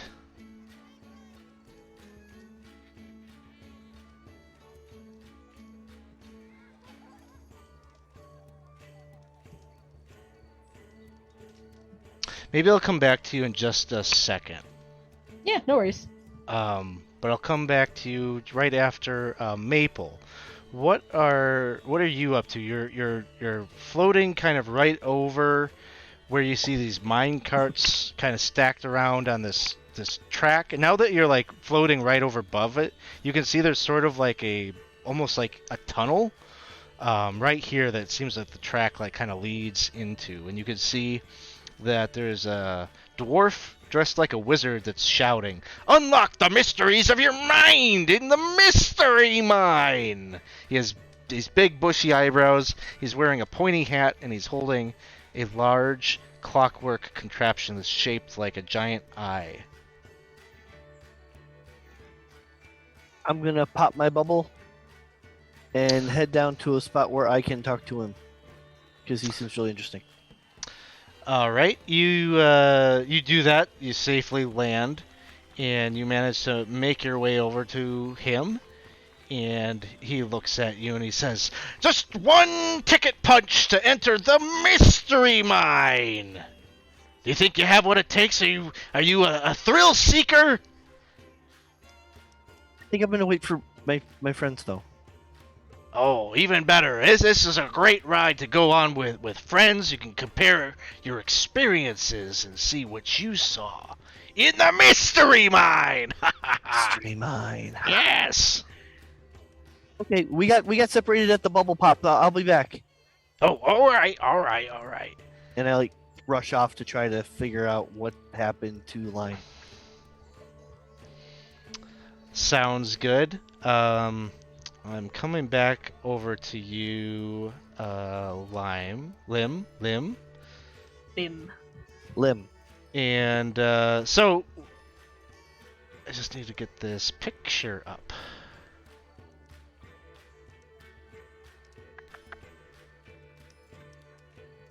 Here we go. You see, it is a gnome character who is sitting on the back of that wagon, and she is strumming a little bit on a stringed instrument, and in her lap she has this kind of toad-looking, almost like albino toad, that is sort of just like listening to her play this music, and it seems like kind of, almost entranced by it, and is bobbing its head kind of rhythmically to it a bit. And she says, well, looks like you found yourself to be right where you need to be. She's gonna kind of like hold. I forgot to mention she has a staff. She's just kind of like drumming her finger on her staff, and she's gonna point to herself like, "I'm supposed to be here." Well, of course you are. Don't you feel that this was fate that brought you here?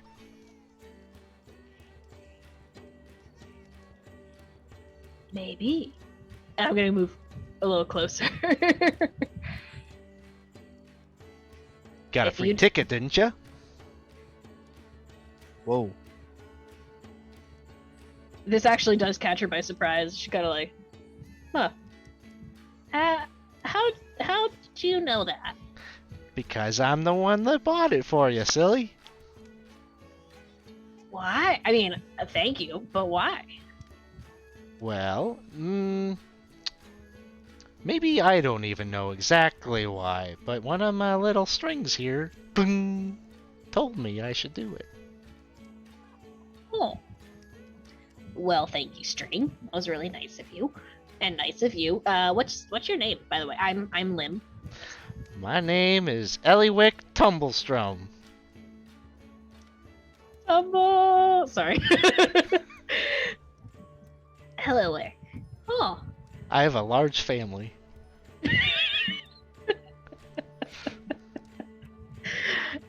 Nice. If you want to move to someone else too, because I'm thinking of questions, but Lim will probably stick here for a minute to ask questions. But I need Sounds to take good. Some more. Yeah, sounds good. So then we will go over to where Arlo and Vish are heading over to where the snail racing happens. And so, as you're approaching over there, you can see that there are sort of grandstands on either side of this sort of it almost looks like the grass here is a little bit downtrodden in sort of an oval-like pattern, and very thick with kind of slime and sludge a bit. And clearly this is the race course for the snails, the giant snails that you can see down to like kind of the south end of the racetrack. There are like 8 or so of the giant snails. Well, precisely 8. And there's a crew of like 3 pixies that are sort of flying about. They've got sponges in hand, and they're kind of like scrubbing and cleaning the outsides of these pearlescent and varied shells of these different snails. And there's like, you see there's a Herringon over here, another one of our rabbit friends, who'd be familiar to you, Arlo. And she is she's sort of getting some saddles together and starting to like throw them on, like as the pixies are like completing their cleaning process of each snail, tossing one of these saddles up over the snail.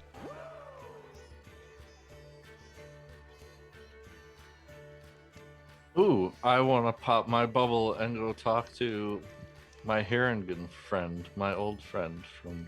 Is that the one who I would think it is, then? Yeah, this is... Lise Mello. Mm-hmm. Perfect. I'm going to pop my bubble and be like, hey, I know this person. And I'll tell Vish, I know this person. I want to talk to them. See if Okay. they know where my stuff is.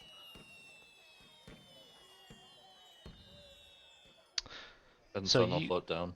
You float down, you head over there, and she sees you, and she's, pretty filthy.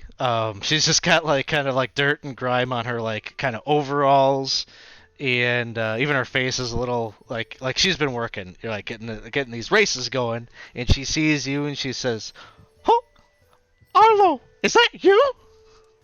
Yeah, it's me. How are you? Forget about me. It's been forever since I've seen you. It's been what, Yeah. 8 years? 8 years. Well, I got lost when I left that one day, and I couldn't find my way back in time, and so I had to wait 8 years to come back here. Well, you son of a gun! What have you been up to the past 8 years? Well, a lot of stuff, but I had a question. Did you know what happened to my stuff that used to be in like the place where I would stay? Oh, I don't know if I know all about that. I imagine that Mr. Witch and Mr. Light must have taken care of it for you. Oh, okay. All right, that makes sense. Cool. Well, it is. I'll have to talk to them at some time. Do you know how we get a chance to talk to them? This is my friend Vish, by the way. Oh, Vish, hi, this is Vish. Please. It's a pleasure to meet you. He extends a hand and like it's just like Yeah. Hi. any friend of Arlo's is a friend of mine. That's great.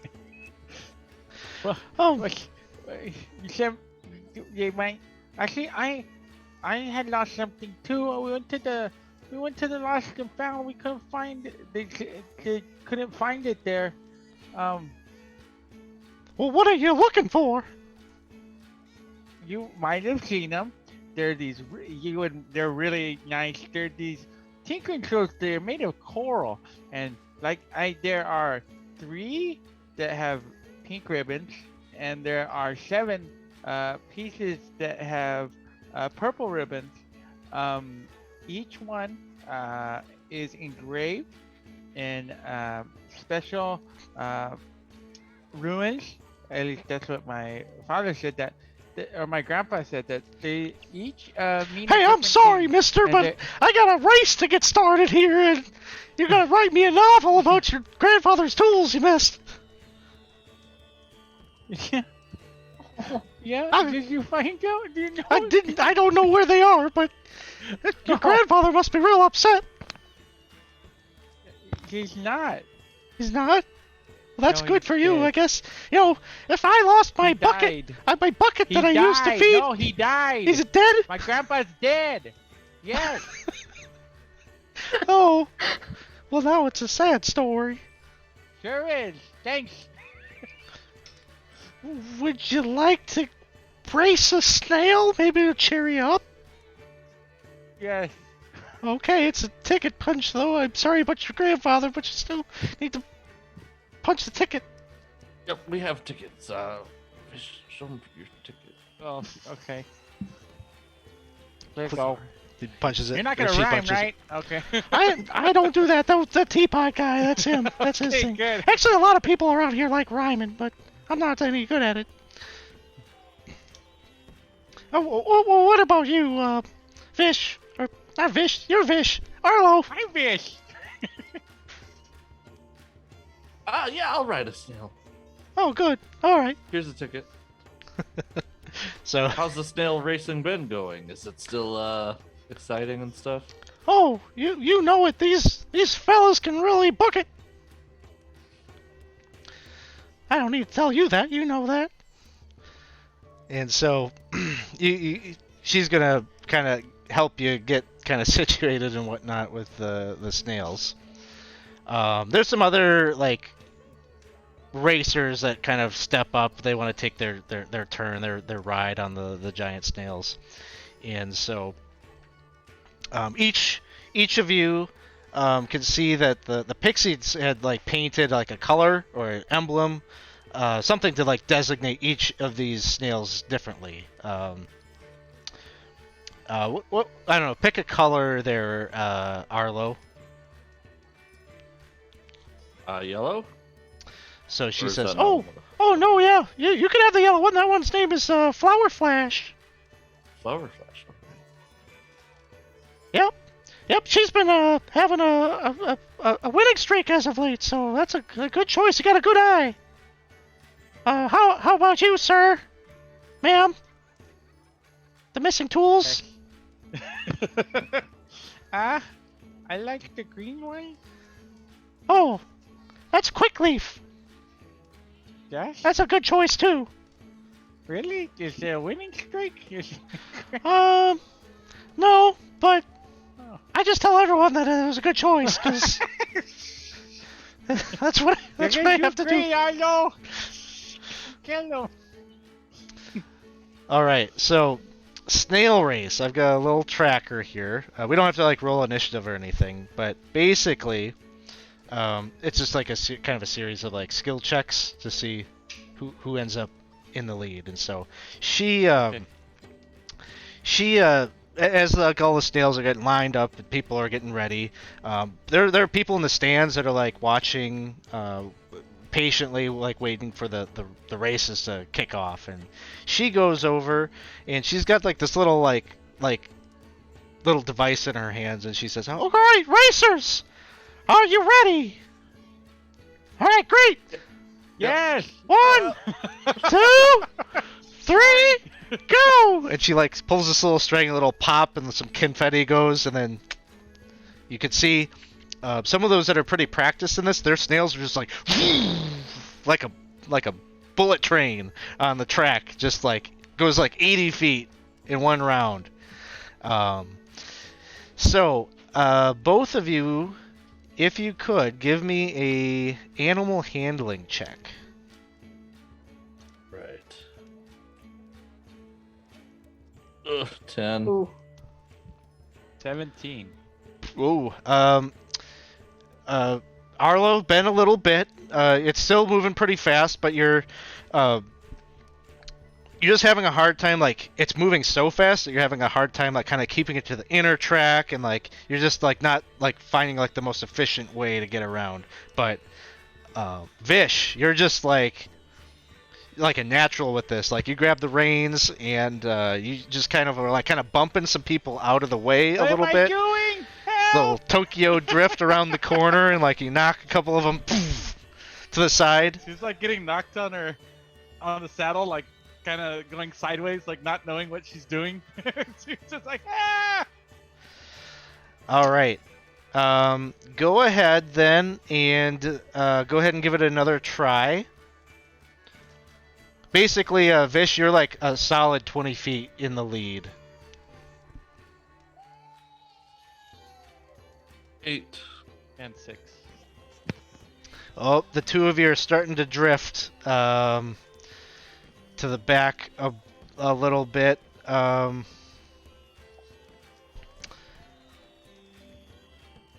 you're actually moving... Yeah, you're both moving like slower than the rest of the others. So while Vish, you're in the lead, you're losing that lead. And Arlo, you're probably kind of like middle of the pack, but starting to trail backwards. Okay. All right, go ahead and give that one a try again. 19. 20. Okay, now you're both cruising. You both move a solid 100 feet this round. And then, Arlo, roll me a d20. Sure. Just non-modified. Yeah. 4. All of a sudden, your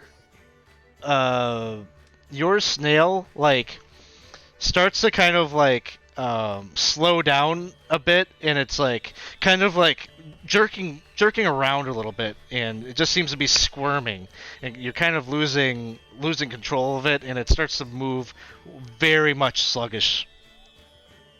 So you're going to be at minus 40 feet on this next one. It got a little piece of like gravel or something kind of sliced into it a little Lost bit. a snail shoe. Yeah. Calling a snail It's gonna sluggish, flat. You insulting. got a flat. Calling a snail sluggish, insulting. I think Slugs so. and snails, If I you don't think cast they get an along. awaken spell on that slug, you're not gonna like it. Dreams Vish, for the future. Yes. Vish, roll a d20. You got it. 3. Okay, nothing there. No surprise. All right, so go ahead and make your animal handling checks again.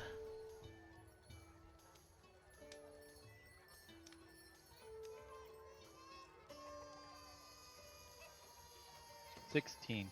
10. All right, Or flower flash. Vish, you again, like you get the hang of things again, and you start to like move up and like position yourself as the front runner, like at the last second, crossing over the finish line and winning the race. Arlo, unfortunately, after that accident, after you hit that piece of stone or whatever that wrecked your snail, or your slug, your snail, you drifted back to the back row and ended up in last place. At the conclusion, you can see that Lise comes over and she says she's holding something. She comes up to you, Vish. Wow. Okay. You lost your tools, but you didn't lose that first place victory. Wow. They're real impressive. I got a little something for the winner. For Here me? you go. Really? It's just like a little stoppered vial, and it has sort of a golden liquid in it. Oh. What is Okay. it?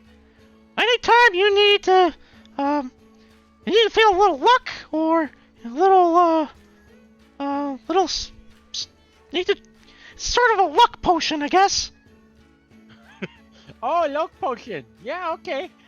Yeah, you drink that, you'll do things good, I guess. Oh, thank Better? you. Maybe you could use it to help find your stuff. You want to know a secret? Yeah, actually, that would be good.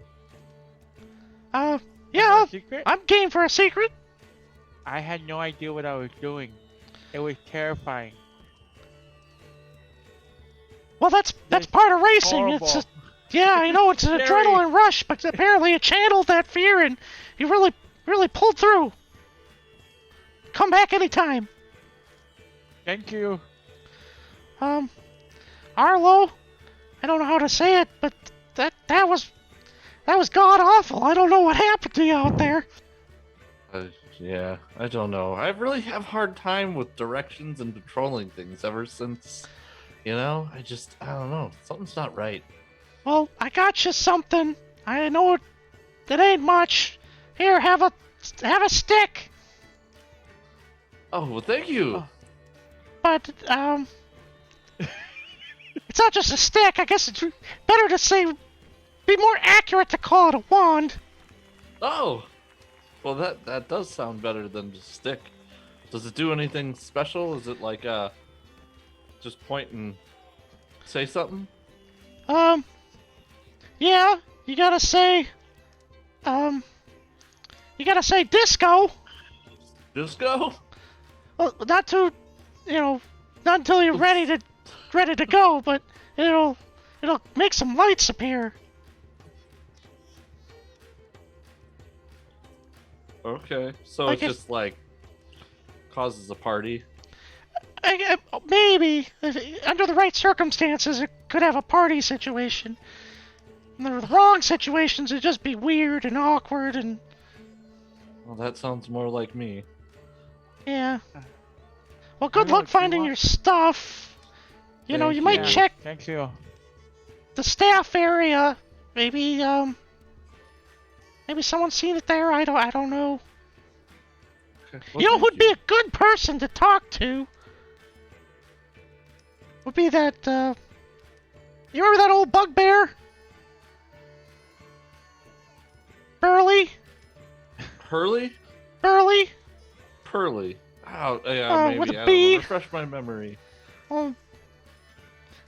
He's real smart. He always liked to talk philosophy and had ideas about the cosmos and the afterlife and blah, blah, blah. Ah, yes. Okay. Well, I mean, I don't know him. If anybody would have been in charge of packing your stuff up, it could have been him. Guess it could have been Thaco, too. So it could have been Hurley or Thaco.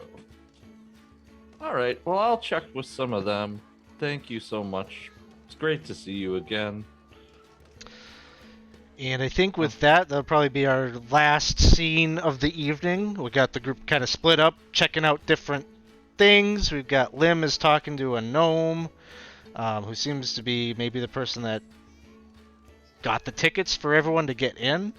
Shion is over kind of by a carousel and maybe drifting over to where there is some kind of a pie eating contest going down. So we'll check in with that next time. We've got Maple is down over by this crazy looking amusement park ride called the Mystery Mine, so we might check in with that next time. And then Vish and Arlo just got a couple of names, maybe some leads on some people to kind of check out.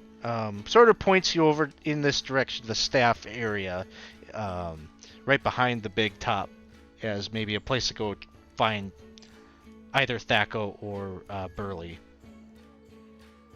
So thanks everyone for hanging out with us here tonight. Hope you enjoyed our first episode of the Wild Beyond the Witchlight. It's really gonna I think it's already shaping up to be a very different kind of D&D experience than we've ever seen from any of these hardcover books thus far. Thanks, Galaxian, for hanging out. It was great. I'm really enjoying this book. It's much different, and when you're playing Temple of Elemental Evil all the time and people are dying everywhere and it's just dark, this is a little bit of a welcome change a bit. So Yeah. so thanks everybody. If you're watching us on YouTube, thanks for checking out the YouTube channel. If you want to watch this live, we're going to be doing this every week, Tuesdays at 7:30. So you can come and see us on twitch.tv/20sides every story to come see us live if you happen to want to check that out. But with that, I think we will throw a raid over to some friends. So let's just go and raid Praetor's Rejects. So let's go and say hi to them, and then we'll close things out. Thanks, everybody. Thanks, everyone. Yeah, Bye. Thaco is a good Thank good you. name. Yep.